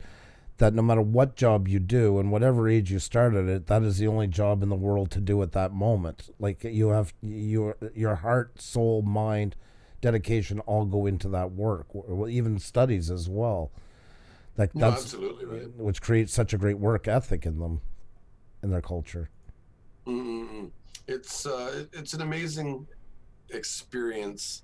You know, the work experience here, the way they integrate it with different cultural aspects, it's just amazing.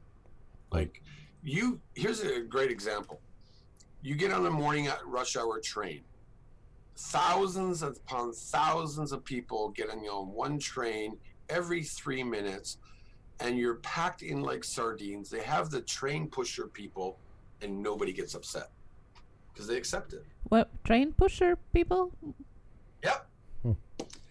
As the doors are going to close, it's so packed that they have staff people that work for the trains. They'll push and push so that the doors will close. Oh my and you'll God. be like up against the door like this, but nobody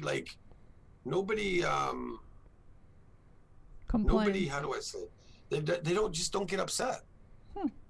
It's amazing. it's amazing. So, and like you say, the crowds, I mean, it's so there's so many people in that, and thank God for that kind of mutual respect and understanding for rule of behavior in public, you know, to be able to keep it functioning even with those. But do they don't talk about things that bother them within the family as well? And if they don't, then how do they vent or voice it out, or where do they even? Well, I guess in your family, of course, you're going to vent and argue and fight, and okay, alcohol is usually involved. I've heard that before, and that was in documentaries as well about that part. That's why there's that like late night drinking culture within the Japanese culture because of the long, stressful days and the recessed feelings. They kind of come out when the drinking starts, you know, as a way, as a need to burn off energy, frustration from the day. Yeah, it's like I think that I'm just saying hi to Bull Nuts, my cousins in the welcome. Chat here. Great to have you. One of my TD crew members himself. Nice. Thanks so much for coming. Hopefully he saw the Discord or something. Sorry, I forgot what I was saying now. Damn, sorry. No, that's okay. We were talking about like the after hours drinking culture and dealing with stress. Japan is a big drinking country here.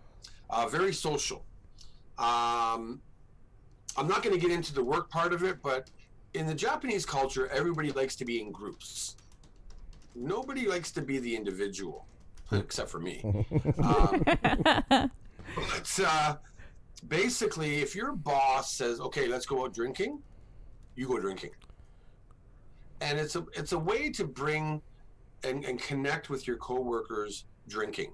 A lot of people, like I don't go out drinking with my teachers, but with my managers, you know, we all go out drinking at least once a month. And you see a lot of people, Japanese homes, everybody gets together to have a meal together and they drink at the same time. It's just part of Japan. It's amazing that how much drinking is really involved here. And I think it also, because you can drink anywhere in Japan, on a train, in a park, on the street, walking down past the police station, it doesn't matter. That kind of adds to it in a way, I guess.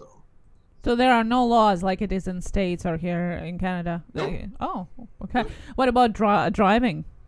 That's zero tolerance. Yeah. Mm-hmm. That there. And bicycles. And bicycles too. Yeah. Wow. I want to. Of course, a lot of people ride drunk on a bicycle. Yeah. But the police can pull you over for it, and if they see it. But it's kind of like a blind eye. Mm-hmm. But zero tolerance for drinking and driving here. Like they don't need, the legal limit is 0. Mm-hmm. 0.08 or anything like that. It's 0.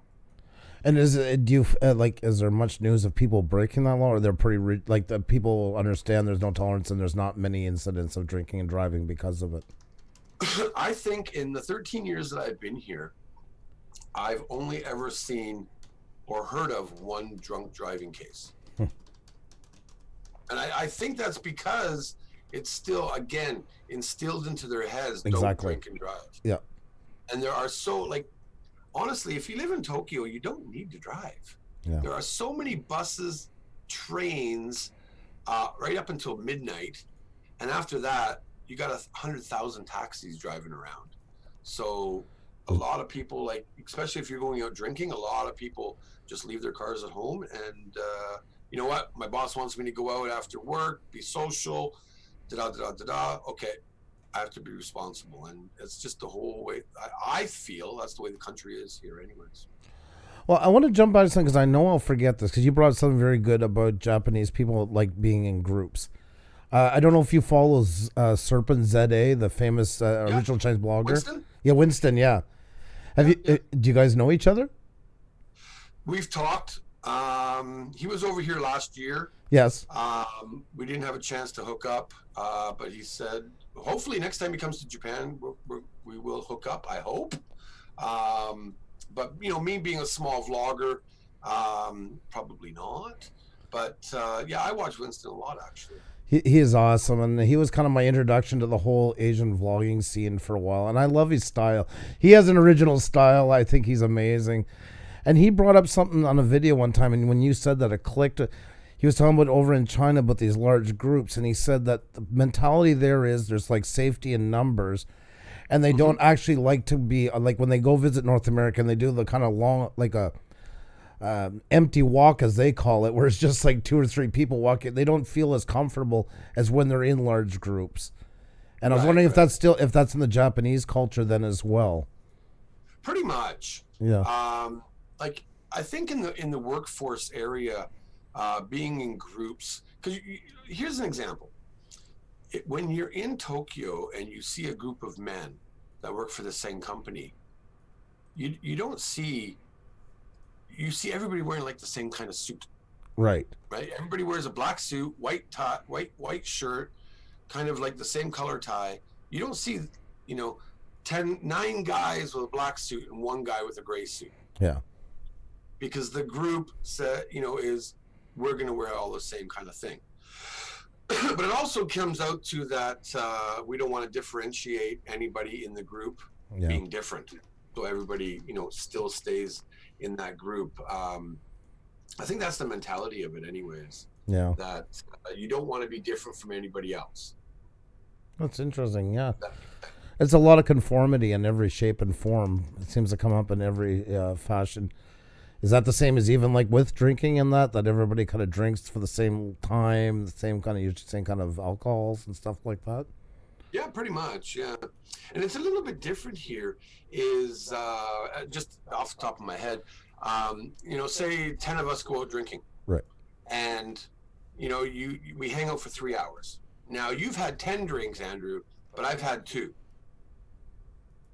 But I'm still enjoying myself. Right. When it comes time for the bill, everybody splits it evenly, no matter how much you drink. Oh, okay. That's not fair. Interesting. Right? But, so as a foreigner, I was like, well, that's not fair. I only had 2 drinks. That's $5. Why do I got to pay $30? Exactly. He drank 10 drinks. But that's just the way it is as a group. Yeah. Everybody, all for one, all for, like you say, it's conformity. It always comes back to and there's always one person that always gets to drink everything, and everybody pays for them. So unfair. So unfair. That's why I like groups. Gosh, I almost want to start drinking more just so you don't have to pay as much. No, like when you go drinking with me, it's basically everybody drinks the same amount. So pretty much I get everybody hammered. Okay. You're going to keep up to par. Like my last live stream, I was on Saturday. I was with a couple co-workers, and one of my managers actually did a face plant, and they called me the next day. There she is right there. Just brought her up, Amanda. Yeah. People don't like drinking with me too much anymore. That is awesome. So your favorite drink is whiskey? Yes. I don't drink beer. I do drink beer, but I think the last time I had a beer was like 3 months ago, kind of. Well, no, that's a lie. February 2nd was the last time I actually drank a beer. I'll probably have beer tomorrow because I'm doing a live stream with another famous Japanese YouTuber from the food channel Tabby Eats. I'm a just whiskey drinker. Right now I'm sucking back Hibiki, and I don't know if you can see right in the corner I got like a whole whack full of bottles over there. I see. some Japanese whiskey. I got some bourbons like, you know, Jim Beam and Jack Daniels, which I don't really like. They're gifts. I like more higher end whiskeys. But I also like when I go out drinking, gin tonic is my drink of choice, actually. What do you think of the whiskeys? I mean, in Japan and that, I mean, it's a whole culture over there of that. Sorry, Bucks Wild. Yeah, I don't drink beer. How do I say that? Well, Japan did have the #1 Scotch whiskey. Yeah. A couple years ago. Yep. Some really good, like Hibiki and Yamazaki, more of your higher end whiskeys. Amazing. Very, like I'm drinking a blended whiskey right now, Hibiki, Japanese Harmony it's called. And honestly, I've never tasted anything better in my life as a blended whiskey. It's just Japanese whiskeys, they're up there now. Yeah. You know, when you beat Scotland at their own game in 2014 or 2015? Yeah. You know that, the whiskey festival. Oh God. That looked like fun. You know, it's a great experience because a lot of Japanese are now getting into the world of whiskeys. So yeah, it's, you know, but I also do like my Jameson's Irish whiskey. I do like my Glenlivet. You know, Glenmorangie, you know, things like that. So I was in Scotland the other year and I went to Glenfiddich and I missed it by 10 minutes. They were closing the tours. And that was not, but I did get to go to Jameson when I went back into Ireland. And yeah, that was that. I don't drink very often, but I am a kind of an aficionado for that stuff. But I think about Japanese whiskey. The thing is, we were talking about the work ethic comes back again. It seems like a culture that wherever they do decide to go into fully and commit to, they can do amazing things because of the work ethic behind it. With that kind of work ethic, it's like there has to be success, and not only, but great success, to the point of, like you say, beating out Scotland on their own drink. Yeah. I don't even know how to touch up on that, honestly. You know, for the work part, like, because I'm different. Mm-hmm. You know, so if everybody could just drink whiskey in the world, it would be a better place. That's all I can say.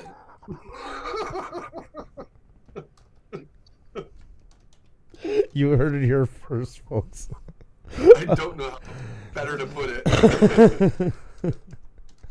That is awesome. I think we should take a couple of questions. Yeah, We've and been forgetting about talking them, about drinks, and there's always a question from Wood Pigeon Outdoors about food and food channels. But there has been more and more into the trend of having more YouTube Japanese food or food reviews or, you know, things like that about Japan food on YouTube.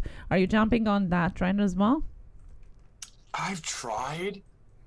I did like a yakisoba spicy mustard video a couple weeks ago, and I opened up like, okay guys, I'm not very good at doing food reviews, and then people said like, oh yeah, you did pretty good, dude. I would love to do food, but I'm on a diet, so it's kind of hard to, I see so many food people out there, and you know, they're growing a community. Oh God, you just showed my level 10. Yeah. I was drunk here eating the hottest curry in Japan. Oh my God. And you live to talk about it. Actually, I'm going to be coming up doing another one soon. I don't know. For me, I would rather, if I'm going to do food on my channel, I want to do crazy things. Spice. I'm not going to eat a, you know, freaking ghost pepper or anything like that. I'm not that stupid. But I want to be able to do different things. Like, you know, we have a store here where, you know, like going out and teaching how people, like you're showing right now, okonomiyaki, you know, how to order sushi, you know, just different things. I try to be as more informative instead of doing actual taste tests itself, I guess. Yeah, Shannon, Simply Shannon says, I like drink reviews. It's okay, Drew. She's taking notes. What is the weirdest food that you have eaten so far in Japan? The weirdest food? Yeah. Question from Buckswild. Candied grasshoppers. Candy. Well, not that bad, right? Yeah, and I mean the insects are coming more and more into like healthy food realm. I don't know about candied ones, but there's like the I take that back. Yeah, insect flour and all of that. Yeah, no, not insects. I'd have to say the worst food I've ever had is natto. What is it? Fermented soybean. It's the worst Japanese. It's very healthy. It has to. It has to be for that bad. Slimy. It's.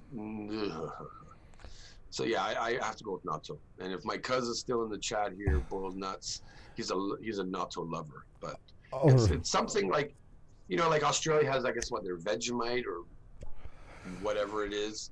Yeah. It's 10 times worse than that. Yeah, their Joe Kunsch says fermented beans, terrible. It smells so bad. Yeah. It's not a good thing. That's for damn sure. That's like a nice. Once you get used to it, a lot of people say, like, if you say you try to eat it every day, after a week, then you'll love it. They say. Right. It's interesting. I tried for about a week and then I gave up. Now I eat it maybe once or twice a month now, just to keep everybody happy. Wrench. You made another stab at it. What is healthy about fermented? Oh God, I don't know. It's got to be good for you. If it's that bad, it's got to be good. There's some benefits. Almost every country has something fermented, whatever it is, that's supposed to be healthy. Like in Iceland, when you had to have the shark, Icelandic shark, which is terrible. They have no kidneys, so they have to be hung for 6 weeks. It's like a throwback to when the Vikings lived there. They would eat it when they were almost starving.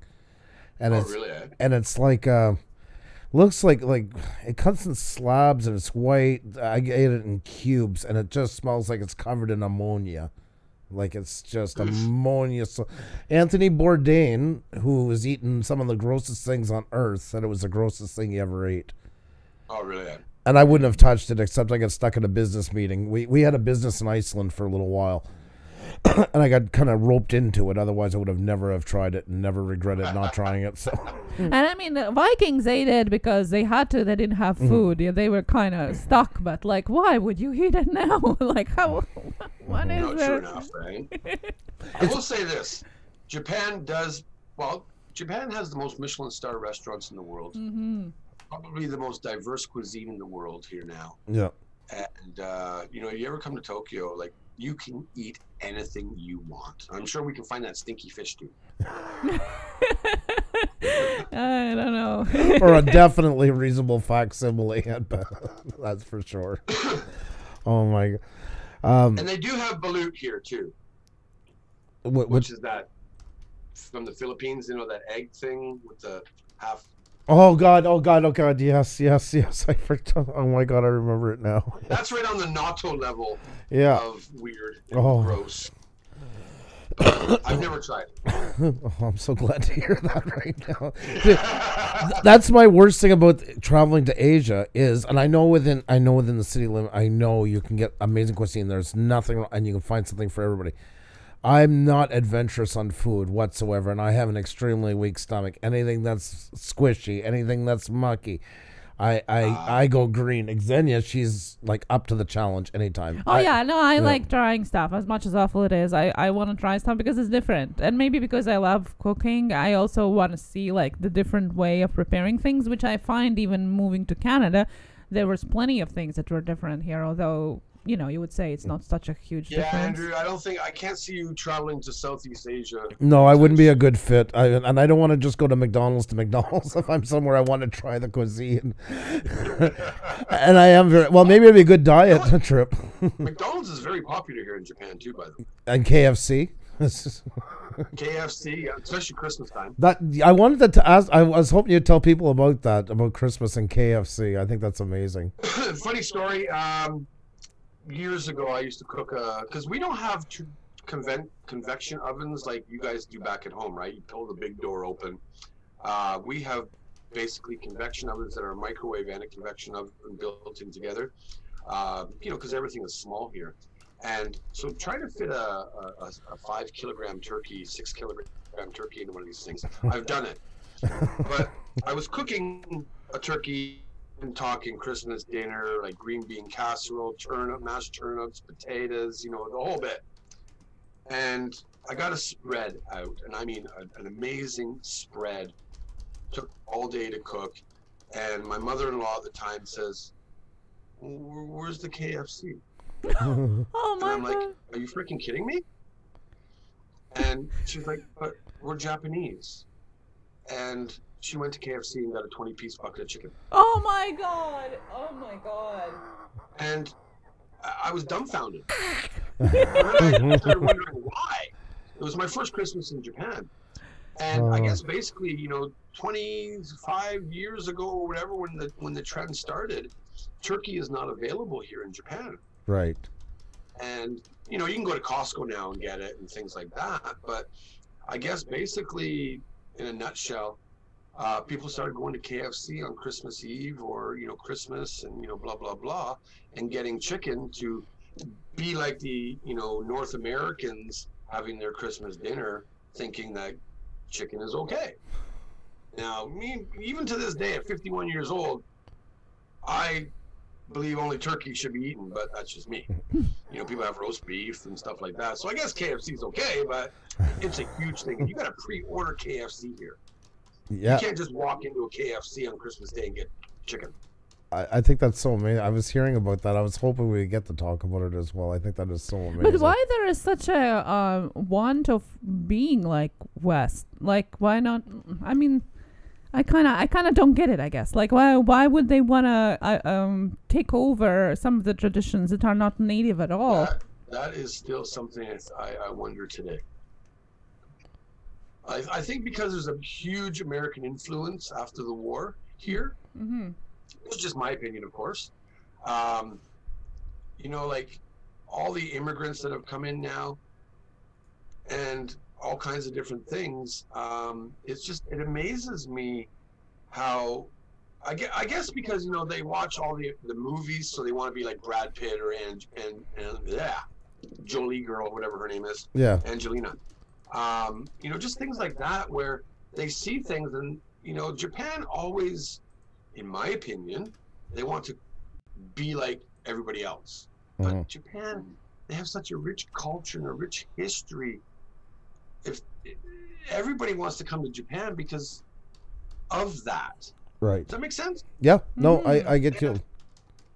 Like, why do you want to be like, Joe Blow over in America when you have an amazing and a longer culture and history here in Japan? So it perplexes me, actually. Yeah. Exactly. That's so interesting. But I think you're right when you mentioned about after the war and all of that. It's I never thought of it that way. It's a good point. Yeah. Influence here. Absolutely. Next question. No, I just got into thinking about why. No, I thought that was really cool. That was very well said. So we have a couple of questions here. So let's get over them for a little bit. Being Canadian in Japan, do you miss Tim Hortons? Do you miss Being Canadian in Japan. Do you miss Tim Hortons? Wood Pigeon Outdoors was asking. Oh my God, yes. So Timmy's is the best. What? If it didn't cost me $1 million just to get the franchise tag here in Japan, or more nowadays, I guess. Like getting I was never a double type of person. I just drink it with cream. Well, I don't even like cream. I like milk in my coffee. But extra large coffee and crullers and Timbits. Oh my God. Like I crave it. And donuts. I can go to Krispy Kreme here, but it's not the same. Donut here. I get off the plane and I go straight to Timmy's every time. That's the first stop. Is it? Go ahead.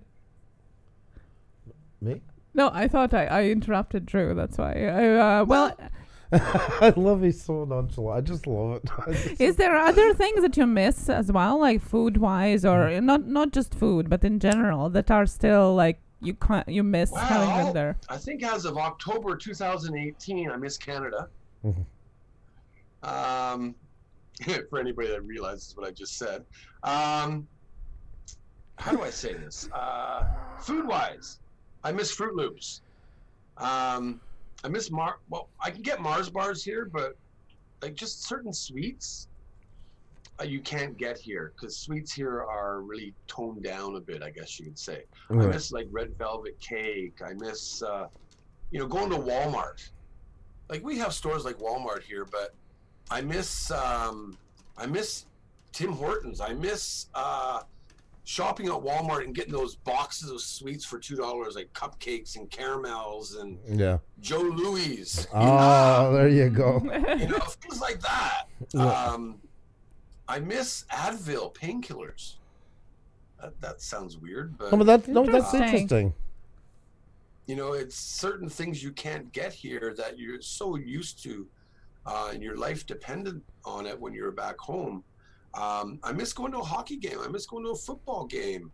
But at the same time, I've only been to one baseball game here, but there are opportunities because you can go to sumo here. Yeah. So it is give and take, right? Yes. I guess I miss friends and family sometimes. There's so many things back home that you miss, but I guess once you move overseas and you accept where your life is going and what you would basically want, you adapt. And that's what I've done. So now I don't eat that many sweets. Right. But I still miss Fruit Loops. It's all about the Fruit Loops, man. I know. I'm noticing a recurring theme. Would there be something in the instance of you moving back, let's say theoretically, would there be something that you would definitely miss from Japan? Like something that you love so much now that you wouldn't be able to live without? I guess miss drinking when I want. I don't want to make myself look like a drinker because I don't drink that much, but I guess when you go to a park here, like next month we're having like the Japan YouTube Hanami party, the spring party, and we're in the middle of a park, probably a few hundred people, all vloggers and creators and stuff, and there's literally hundreds and hundreds of bottles of alcohol and beer. And you're just enjoying out in the open of a park. Things like that I miss because that's Japan. Yeah.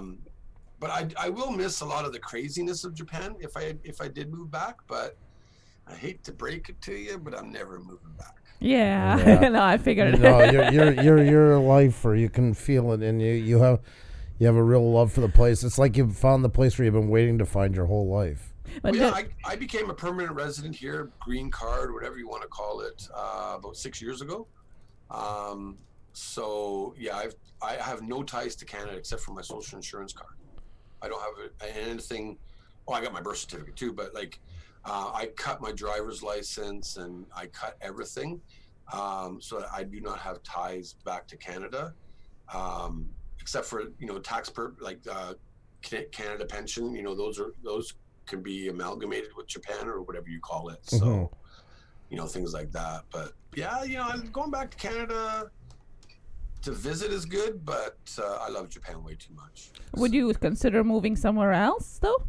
Nope. Sometime? No. So that's your home. I love that. I love the sound of it. I love it. Tokyo is awesome. Yeah. Besides the language, it's like living in New York, Toronto, Montreal, LA, whatever, London, all the big cities around the world, you can do anything, right?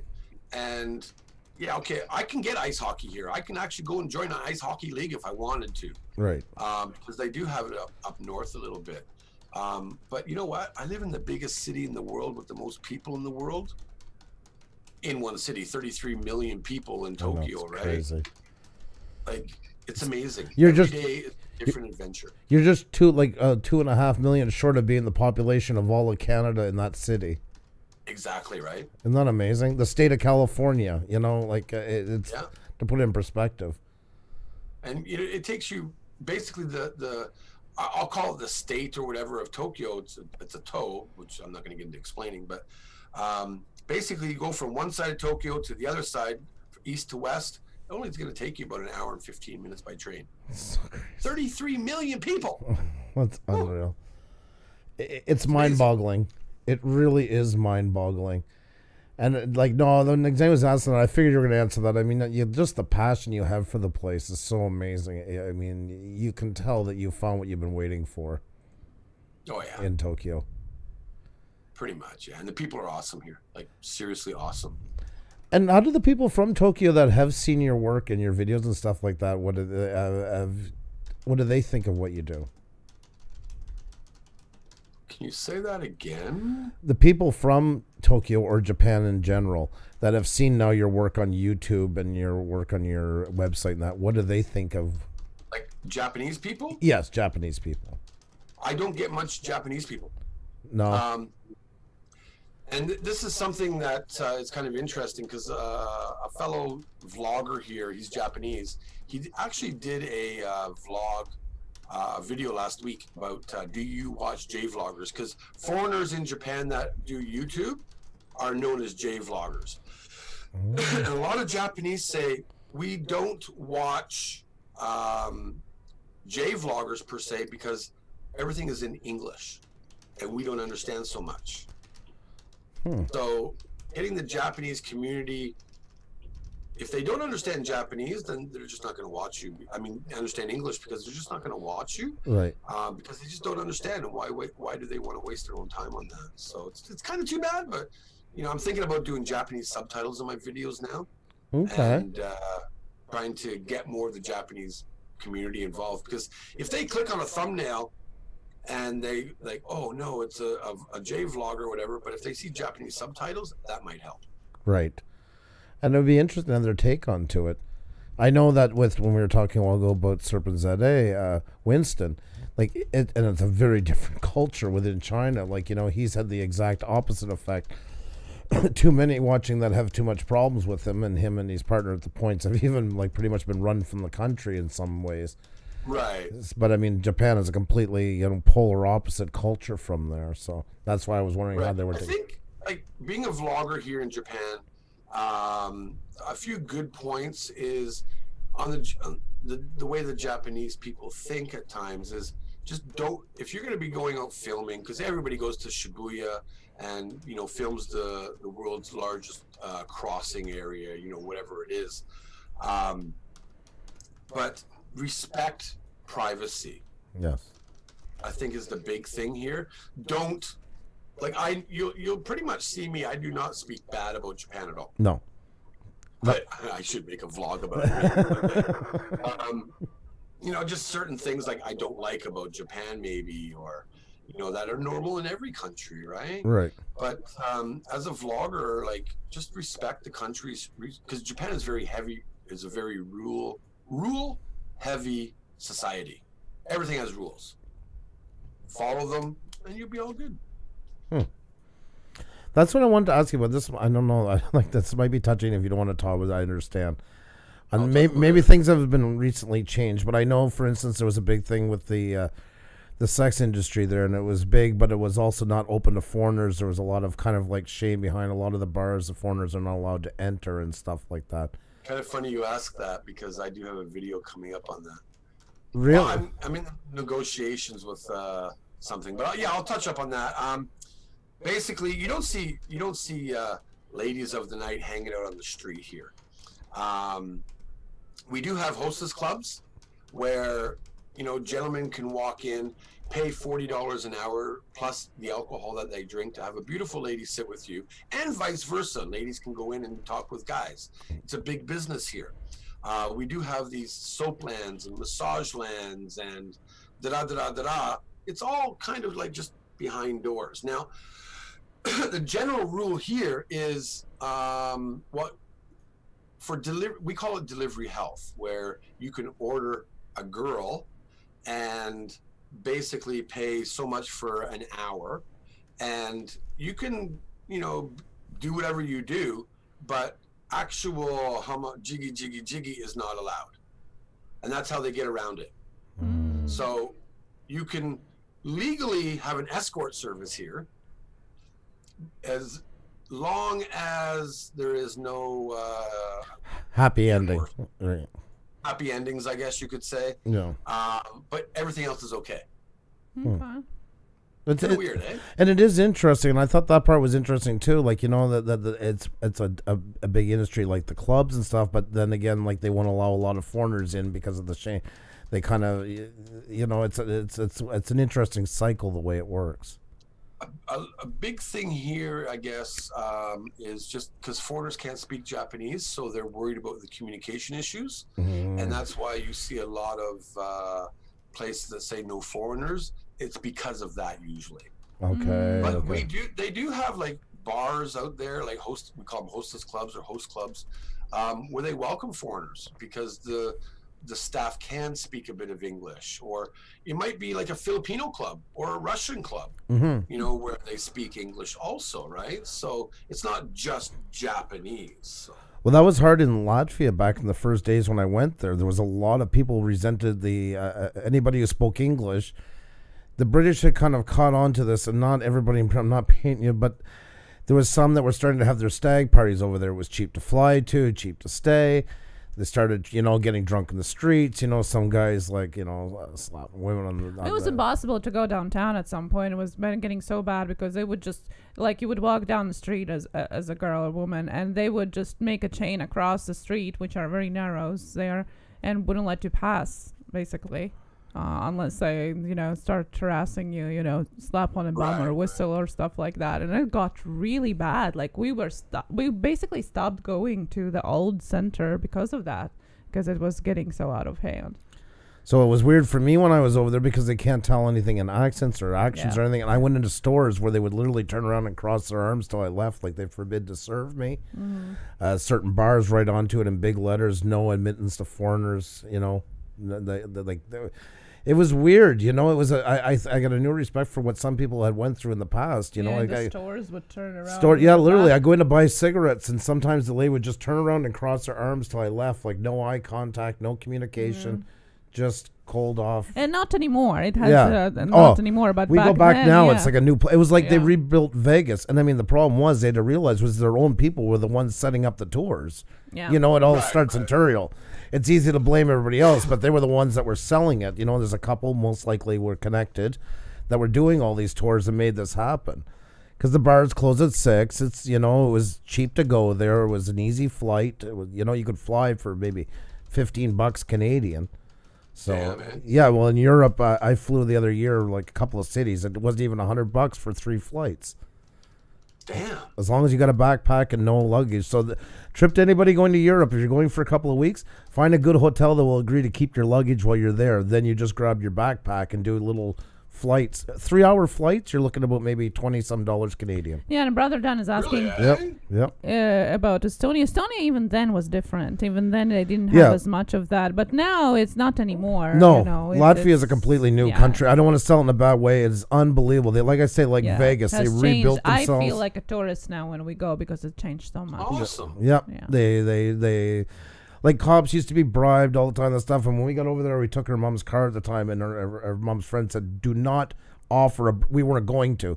He's like, "Don't offer a bribe or you're going to jail. Like everything has changed here.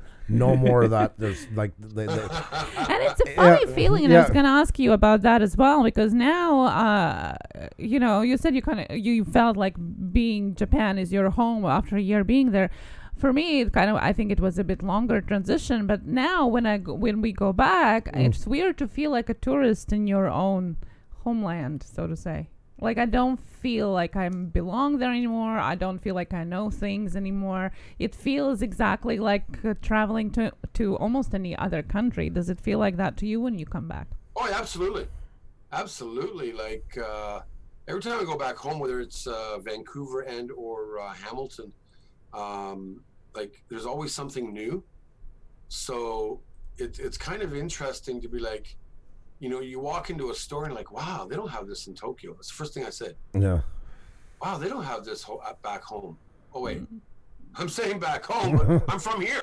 Yeah. So, yeah, it's a big reverse culture shock kind of thing every time I go back home, whether it's been a year, 2 years, 4 years, you know, whatever. Like I went back home 3 times in 1 year, and there was always something new. Yeah. And I just was still perplexed, like, wow, this is pretty cool. Like, and I felt like a tourist. I really did. In your own, in your own area. Well, you are at that point, really. Pretty much. You know, and it's an understandable feeling. Like, I want to go back to Latvia more than she does now. I'm missing out onto it now more. And she's like, I want to go somewhere else. No, I want to get. I enjoy it because I want to have that feeling. I want to have that touristy rush, you know. I don't know if I'm so touristy there, though. I do feel more at home now. I think you feel more at home there than I do now. Yeah, like I like it in the country where, Puša is an actual town. That's where her mom grew up. That's the name of her channel. And it's 40 kilometers from the Russian border. And there, nobody speaks English. Like, I go to the corner store and I get like the couple of locals in this rural town just watching me try to order vodka and loving every minute of it because I'm like a spectacle. You know, they don't get tourists. To the point now they know where I'm from because it's a small town. Word got out there was a guy from Canada there. So after 2 weeks, I become like this kind of focal point. And they love Canada there because one of our presidents was ex-immigrant to Canada. Like, she immigrated here during the World War II with her parents, and then went back and became a president of the country. So like Canada is like, ooh, it's like a royal status almost. This Pusa, I just Googled it. Is that like on the Pusas Azeres Lake? It's an actual town. Yeah, it's just down from it. Yeah. Yeah, it's on the lake. Yeah. Yep. Oh, okay, that's interesting. Never knew much about Latvia, but I just Googled your... Nobody does, but it's funny. Once we were together, because like I say, I come from a small town of a couple hundred where I grew up. Right. And it's one of those things, you always hear a place, but you don't really bother mentioning it until you have a connection. And then once they went to Xenia, once the Winter Olympics came the next time, it's like, oh my God, did you see that Latvia was in the bobsled? You know, they're calling everything is Latvia this and Latvia that now because now they have something to associate. Where before they've heard the name, but it was just right over the head, you know. So, yeah. What about family visiting you in Japan? Never. Never? My sister and her husband and kids, they, oh yeah, we're going to come to Japan. We're going to come to Japan. And we're going to come visit you. And up until like last year, the year before, like, okay, we're planning a big trip. 2020 Olympics, we're coming. And then my sister got pregnant with her third child. And then now they're saying like, oh, we can't come because, you know, a family of 5 on a plane is too expensive. So why don't you come home, Drew? Yeah, okay. That's usually the way it works. I don't think any of my family would ever come over here. I think they would feel too uncomfortable. And I think maybe due to the fact that wherever, I know for a fact, wherever my family has traveled, they've always gone to English-speaking areas. So coming to Japan, I think they'd be so intimidated that they would feel so uncomfortable that even stops them from getting on the plane in the first place. It happens with a lot of people. Yeah, absolutely. I think that's quite common. Some of us get off on a rush of feeling out of our zone, and some of us don't ever want to leave it. And that's just the way it is. True enough. I like being on a, and I think you're the same way. Judging by your life choices, I mean, you like being out of your comfort zone. I mean, that's what I would say drew you to Tokyo. Yeah, yeah. So look, that's such a Canadian reaction right there. I love it. Oh my God, you still have some Canada boy in you.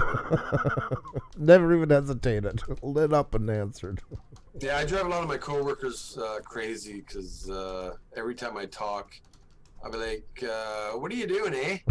I A them everything. And then because, you know, like, I'll talk and I say 2 words a lot, eh and right? Oh, that's so Ontario. Japanese pick up on that a lot. It's like Japanese saying ne or desho. And it's kind of like the same thing. So, like, when somebody starts bugging me, I'll be like, how you doing, eh? Can I have a drink, eh? Right? And after a while, they get that, okay, he's being an ass. We know where this is going. Yeah. It's fun while it lasted, but after a while, they do catch on. So.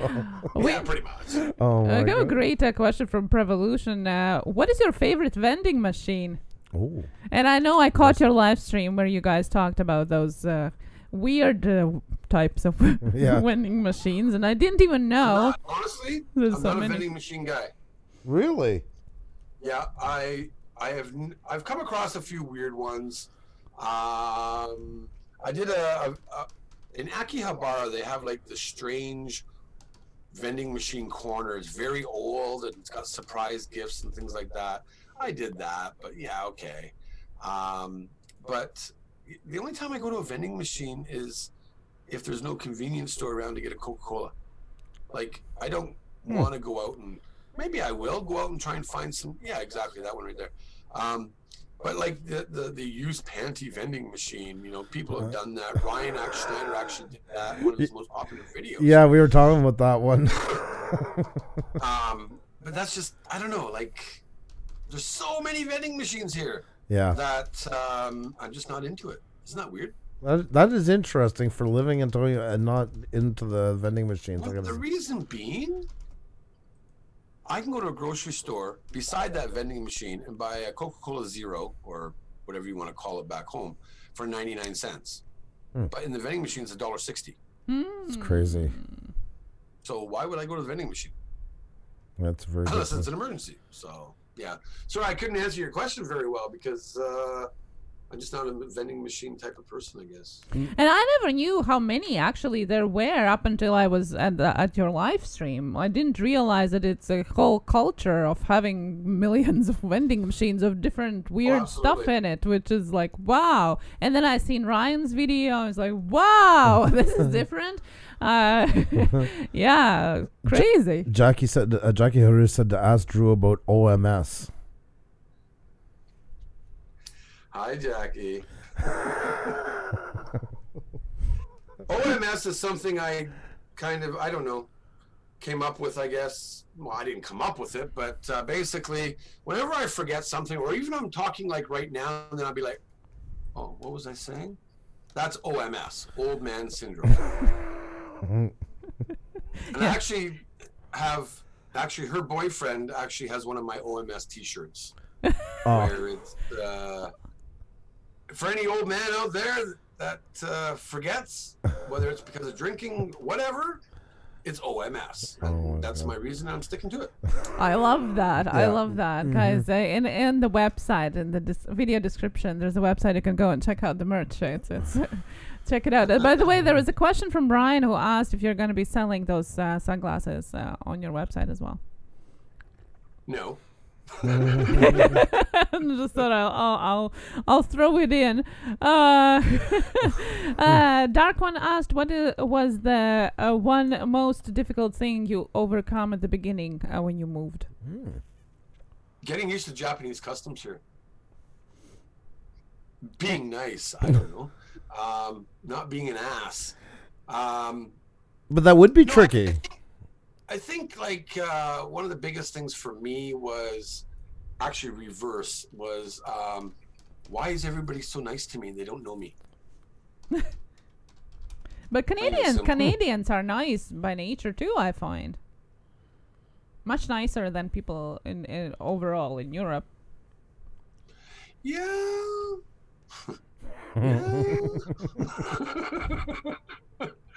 Depends on where you live, I guess. Yeah, no, I mean, it depends on where you live in Europe, too. But overall, I'm a bit biased now because of the fact that I live in Japan and I look so highly on the customer service. And when you say something like that, I just think customer service. So, like, I've been to whatever mall back home, and the person ignores you for the first 10 minutes. I didn't even say welcome. You know, you get that. Where in Japan, you will never not get that. But like it's with Japanese tradition, though, to me, it would be more like what's starting out there would be always like a continuing ever job interview. Because it's very nice, but also very regimented, cordial. Like, you know, because of all the customs and that. It seems like there's a very straight line to walk, very easy to slip up. Like when you go into a job interview, you know, you want to make sure you say the right things in return because there's a lot of pressure based on the customs that everybody else is following. Did you find it stressful first there to make sure you didn't slip up and to keep people happy, not to offend? Maybe because I'm stubborn. I always say, keep true to yourself because I do. I will still be me and still try to adapt to what situation I'm in. I guess that's the best way to say it. That's a very good answer. I'm not going to change my life just because I'm in a different country. Right. I'm not going to change who I am because of a custom that I have to follow. I'll follow it, but I'm still not gonna change who I am for that. That's a very honest answer into it. I think that's very good, to be honest. I like that, and it is, and it's a balance between all of it, not getting yourself into trouble and being able to integrate yourself, but also not losing yourself in the process. That, and like here in Japan, we have our genkans, which is an entrance, and everybody takes their shoes off. Yeah, not Drew. No, oh my God, how do they look at you? You do. Like if I'm carrying bags of groceries. And I gotta stop, put the bags down, take my shoes off, put them in the corner nice and screw that. I'm gonna run into the kitchen, drop my bags, and then I'll go take my shoes off. It's easy to clean a floor, right? That's your That's your part of your identity that you keep. I like that. But at the same time, living in Japan, I go to my sister's house, and they do the same thing. They run into the kitchen. And there I was at first going, why are you not taking your shoes off? Oh my God. So it goes both ways, right? Yeah, it does. Yeah. It does. No, yeah, exactly. It kind of require both sides. Yeah. That's the panda photographer, being since he was born in Japan, he asked, have you ever gone to Nerima City? There are many French living in that area of Tokyo. I've been to Nerima once. That's it. That's my answer. Okay. Heavy Metal Magnet asked, do you feel more or less governmental pressure over there compared to the States or Canada when you were here? Governmental pressure. Pressure from the state, like in your day-to-day living. Do you feel a presence of the government? No, not at all. Not at all. I ignore it. I don't know, like. Oh my God. No, that's just it. No. I love it. I love that answer so funny. Much. That's so awesome. Oh my God. So you said at the beginning that you were like in a French culture, so to say, for the first couple of years of your life, and then you guys switched very quickly to English. Now you're in Japan, so you kind of can still say that you went through the 3 culture transitions, so to say. Do you feel like that as a part of your experience baggage? Not really. I don't remember my younger years. Really, like I don't remember speaking French. I don't remember going to English school, immersion school at first. My memories of my childhood, and I don't know why I don't remember, but was basically already speaking English in grade 1. Mm-hmm. Like I do not remember before that really. So yeah, I can't answer that very well. Did you have another one? No, because I have my questions that are more based on my experience because of like my experience of Russian, Latvian, and then English here. So that's why I was asking that as well, if it has any. I find, and I think I was very surprised by your answer. Again, going back to that, you felt at home like in the first year of being there, because I found for me personally it was really hard to kind of be. Not that I didn't feel like home here, but I felt kind of in the middle, not really there anymore. Purgatory, but, one foot in each place, but not fully in the really other. Here. I didn't feel like I belonged to Latvia anymore. Like I felt like a foreigner there, and I felt like a foreigner here. So it's almost like you don't really know where you are. You know, I think I'm very adaptable. Mm-hmm. So I guess, because I have the love for Japan, it didn't take me long to adjust. And, as honest as I am, at that time when I moved to Japan, I didn't have a good vision of Canada at the time, just due to personal things. And that's why I basically came here. So new beginnings, adaptability, and away you go. That's just me. Yeah, I know. I guess it's different depending on the personality as well. And I do feel home now. Yeah. And no, I don't. Yeah. But there was a long time of that in the middle, so it's interesting. It's a transition. But I feel like the more you talk about Japan, it does feel like it is your home. It has always been. It's like you have been born there. It's like it's almost. You know, it's like I would be talking with somebody who has been. It's like you were born in the wrong country, yes, and we're waiting for the right time to get back home. Yeah. And I still don't speak Japanese either. I know. That's what I'm. That's all relative. You know, languages. Yeah, no, but yeah, no. It does seem like you're very, very content in the way things worked out for yourself. Oh, I'm all good about myself. A lot of people bother me. A lot of people bother me about my Japanese ability. Blah blah blah. And like I say. If you don't like me, you know where to go. Plain and simple. I'm going to do something that I've never done here in an interview before. Usually we find out something really interesting about other people. I got to tell you something. We've known each other now, maybe a month, I guess? Something like that, sure. And, of course, once you find out, but you went to check out your channel and not seen your live streams.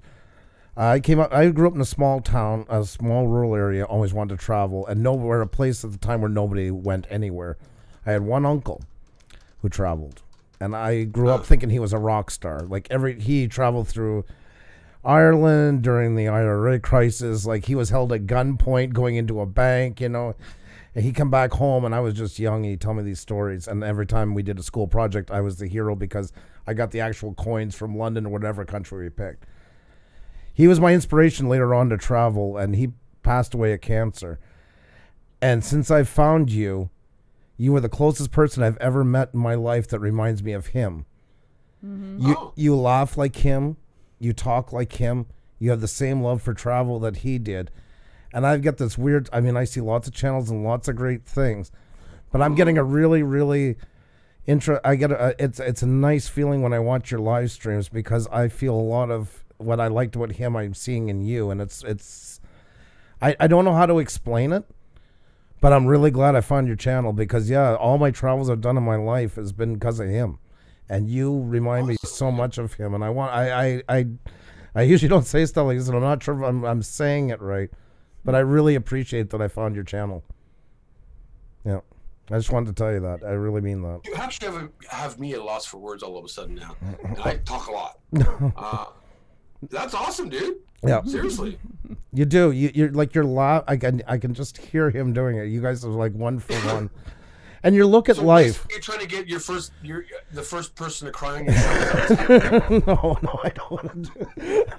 I don't want to do that to you. No, I had to tell you that. Yeah, and I caught myself because you're on late at night. So sometimes I'm watching. Just when I shut down everything else, and I'll just watch that last hour. And yeah, I like it when I'm watching because I like the feeling in the show. Yeah. And I'll be watching for a long time to come. Well, so I want to tell you that. So.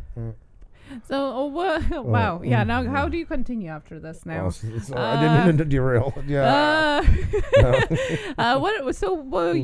You have started a new show on your channel, but what are your plans now for the next while for your channel and for you as a person in Tokyo? So. I guess real quickly, it's my 1 year for the website coming up. So like I said, I'm actually going to be releasing a lot of private videos to restock my library later on for my Patreons and all that stuff. But I started the talk show, the No Holds Barred talk show, and honestly, it's kind of come from what you guys do. It's come from a couple other vloggers, what they do and have done in the past. And I just thought, like, why not do a no holds barred style thing where, I can get people on my show and just keep it real and just boom, put it in their face. And if they choose not to answer, hey, great. And I throw a few things in there, like, showing them pictures of people give me one word, or I do like at the end a 20 question speed round thing where like, what do you wear to bed? They got to answer me real quick, things like that. Yeah. So I'm gonna try and do that at least once or twice a week. I can't be doing it 6 days a week like you guys, but at the same time, I think the feedback I've gotten from that is been good. I like to live stream a lot more than I do actually making vlogs. Because it's real life, it's unscripted, it's keeping it real, and away you go. And you're made for it. More people are appreciating that out of me than, you know, seeing my B-roll, and I try to be as informative as I can. So with the Rugby World Cup coming up, the Olympics coming up, I just want to move forward, trying to be as informative on everything that I can about Japan. So that's where I'm going. That's so cool. And I was just seeing your interview you did with Ryan, for instance, versus what we did. Same person, but two completely different interviews, because you brought your own, you know, you really had your own personality into it, which guided different questions, different parts, and that's like total respect for you on that. Like, you really made it your own already. So it is really and I think you were made for lives, like you are. You're too much to contain in a camera and some B-roll. You've got to be on the whole package. It's the TD experience. That's what I call it. That's right. That's I love that. Yes. You know what? Honestly, a couple years ago, I was a very shy person, very humble.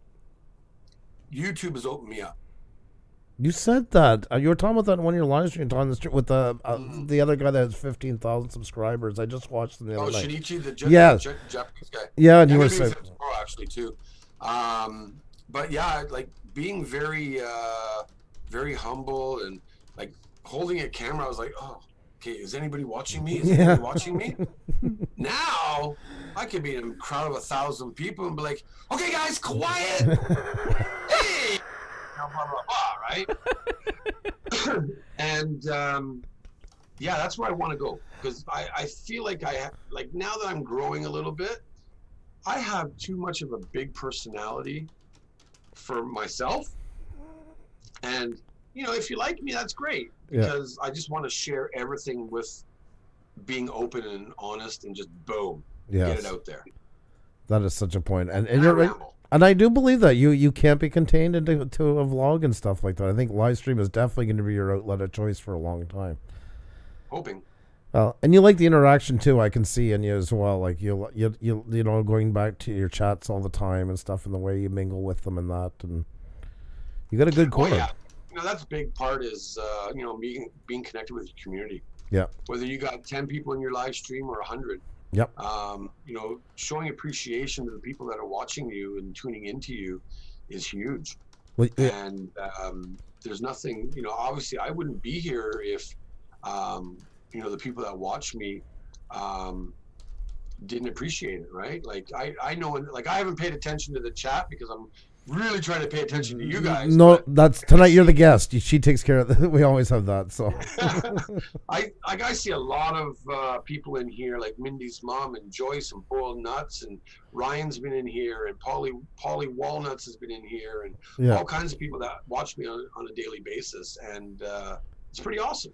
They are, and they're very dedicated following, and that's something. When you got that core, things go nothing but up from there. Oh, absolutely.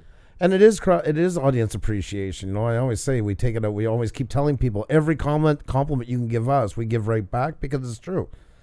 Oh, I got to meet a great person. Well, thank you. Without you guys in the live streams, we wouldn't have the numbers to be able to invite the people. We're all hand in hand in here, and I love that one-on-one instant gratification to each other. That's what it's all about. Yeah. You know what? I'm on your show today. And I tweeted and I Facebooked and I Discorded, whatever you call that, this live stream so that everybody would come in and join. And now the people that maybe are not familiar with your show, now they'll start coming back. That's right. Because of today's show. And, you know, maybe some of the people that don't know me, that met me today, will come over to my channel. Exactly. And then they'll start following. And, you know what, I have no problem introducing anybody. Yeah. On a live stream, not giving shout outs kind of thing. I don't like people just like you mentioned earlier this morning, like don't promote your channel in the live stream, you know, things like that. Yes. Don't ask for, you know, things like that is okay. But at the same time, if I'm going to do it voluntarily, exactly, it's all about sharing. Sharing is caring. Yes. And that's what I'm starting to become known for. Even like Eric Sir 6. Give me a break, man. You know, 2 bigger vloggers here. Like a few of them, and some up and coming vloggers like Tokio Lands, who's a very big inspiration for me. You know, just a bunch of people that are like, wow, you really love sharing everybody in the Japanese YouTube community. And I do, and I'm starting to reach out more now to share the YouTube community. I know I won't have, you know, Casey Neistat or Logan Paul, of course not. I don't know why I mentioned Logan Paul. I'm surprised. That threw me for a loop. I'm impressed. I'm not a big fan of his, but I'm impressed that came to mind. But you know what? Like, even if I could do something to share about them, because maybe, you know, 500 million people out there don't know him. Yeah. And I've done my job as a community member of YouTube. I concentrate more on the Japanese ways, but like last year on my website in my creator spotlight, I highlighted over 45 YouTubers. Yep. And if they got 1 subscriber because of that, I'm happy. Exactly. That's right. It is rewarding, and that's something that I love seeing, like you said a while ago. I go into your live stream 3 weeks from now, and I see even 3 or 4 people, because a lot might check you out. We're always not for everybody, but if 3 or 4 people are there mingling with everybody else and have kind of now established themselves with the rest of the group, that's the most rewarding feeling in the world. I get so excited with that, because I know, okay, yeah, I know they definitely met in our live stream, and now they're over there and they've built, like, you know, I think that's the greatest feeling in the world. It really is. A great example would be like tomorrow, like February 2nd, I met Shinichi. He has a private channel, Shinichi's World, but you know, he has a quarter of a million, almost 300,000 subscribers on their Tabby Eats channel. Wow.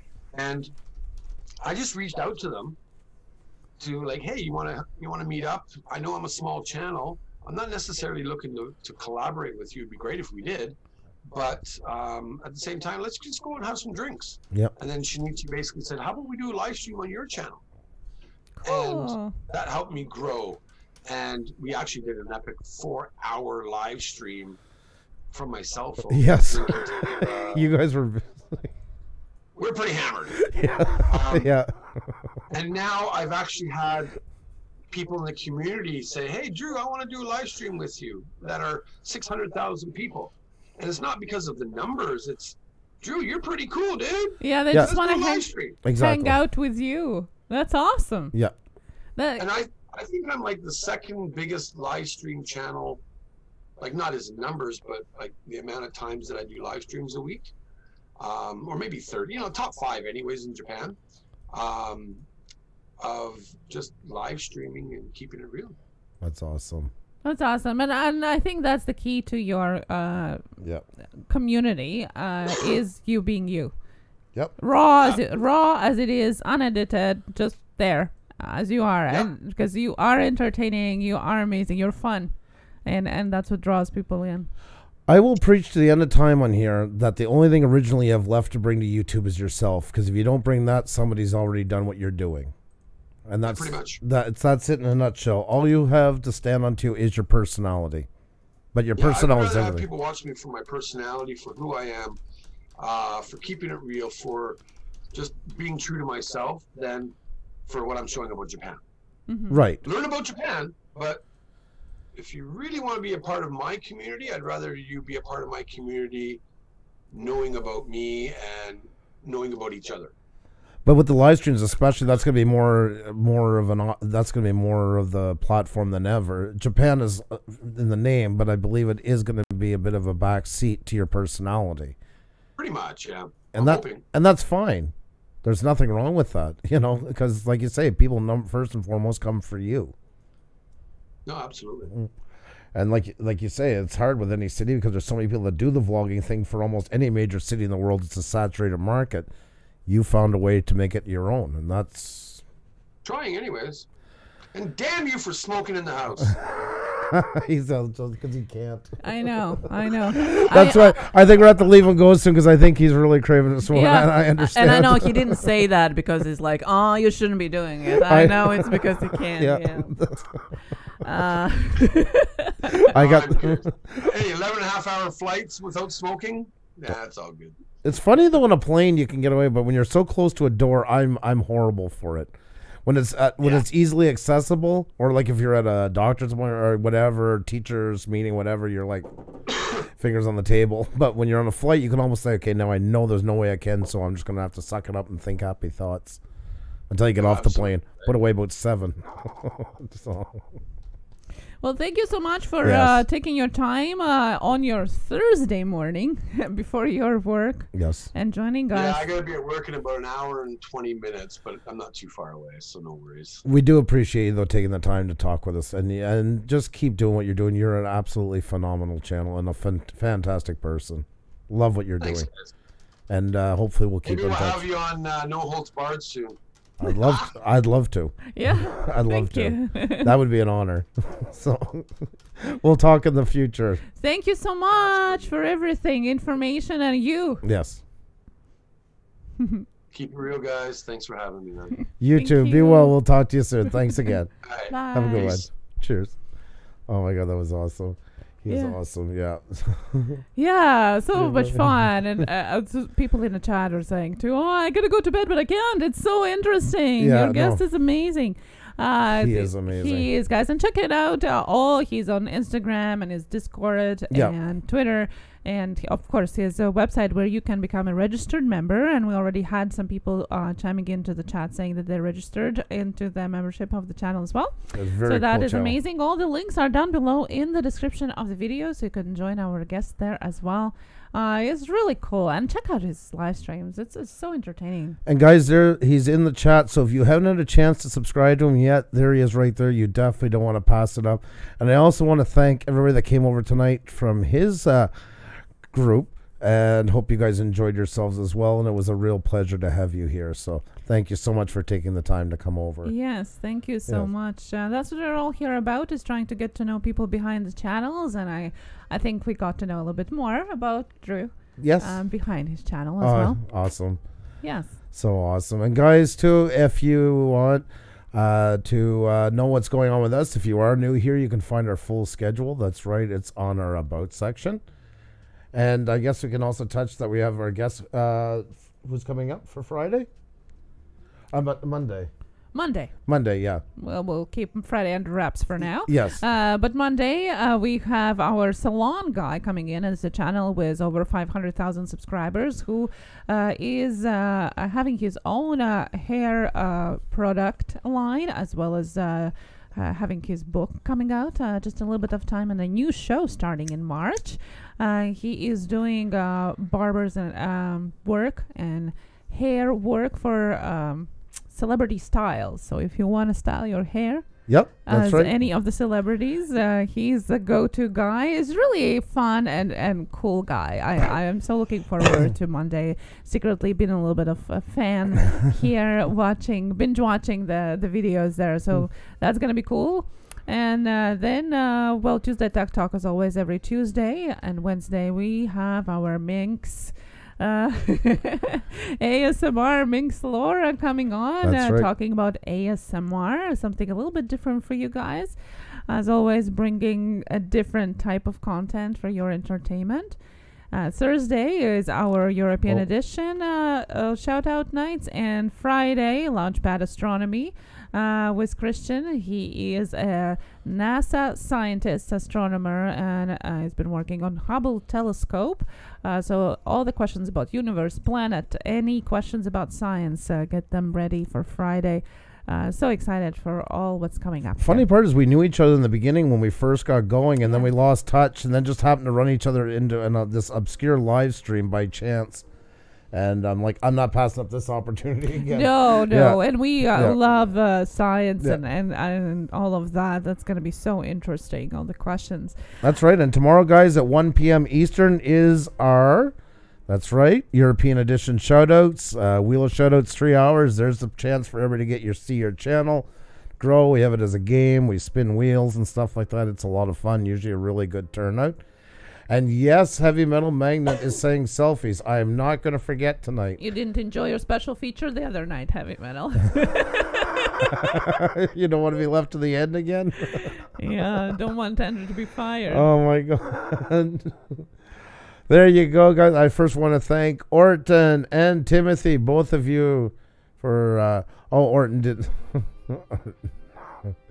Orton's having so much fun giving us all kinds of people in here. We're really getting more popular by the moment. So thank you so much, Orton.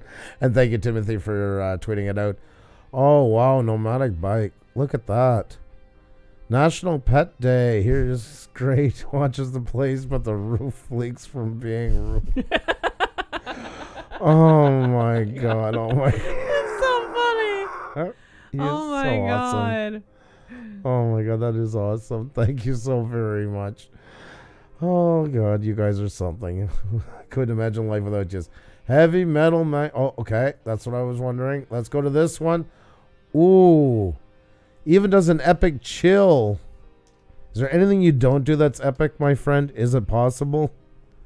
I picture him going like to the garbage can to throw out like a apple core, and it's like, you know, Peter McKinnon style, you know, epic into it. Loving it, my friend. With a pose. This is how I do my comfy Blue Wrench Group selfie, as you can see. Oh my God, love my pet day is every day over here. It's so awesome. Thank you so much, my friend.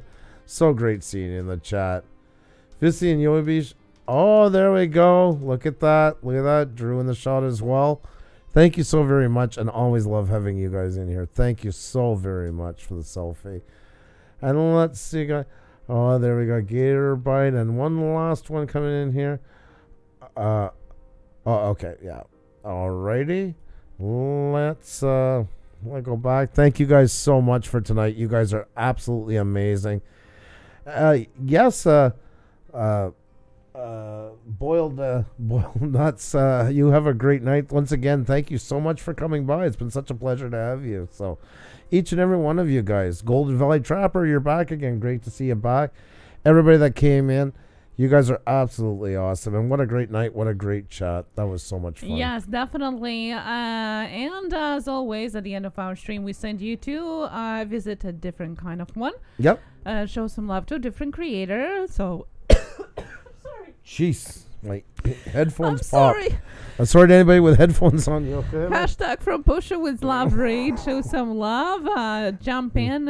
Check around. Don't ask for sub, please. It's the way to show some love by getting introduced to maybe a different channel and get to know other people as well. Show some love. I do apologize. I don't know what happened. Okay. Thank you so much for today. We'll see you tomorrow. Tomorrow we're on at 1 p.m. Eastern for those of you that are making it. If not, Friday night, 7 p.m. as always. We're going to be here. Thank you so much for today. Thank you, guys. You have a great night. Much love to you all. Be well. And yeah, guys, head on over and show some love. And please don't ask for, I know most of you never do. If there's anybody who does, so please just go and enjoy them first. Always play every live stream like it's your first time. People's rules can vary from stream to stream. Much love. See you soon. Take care.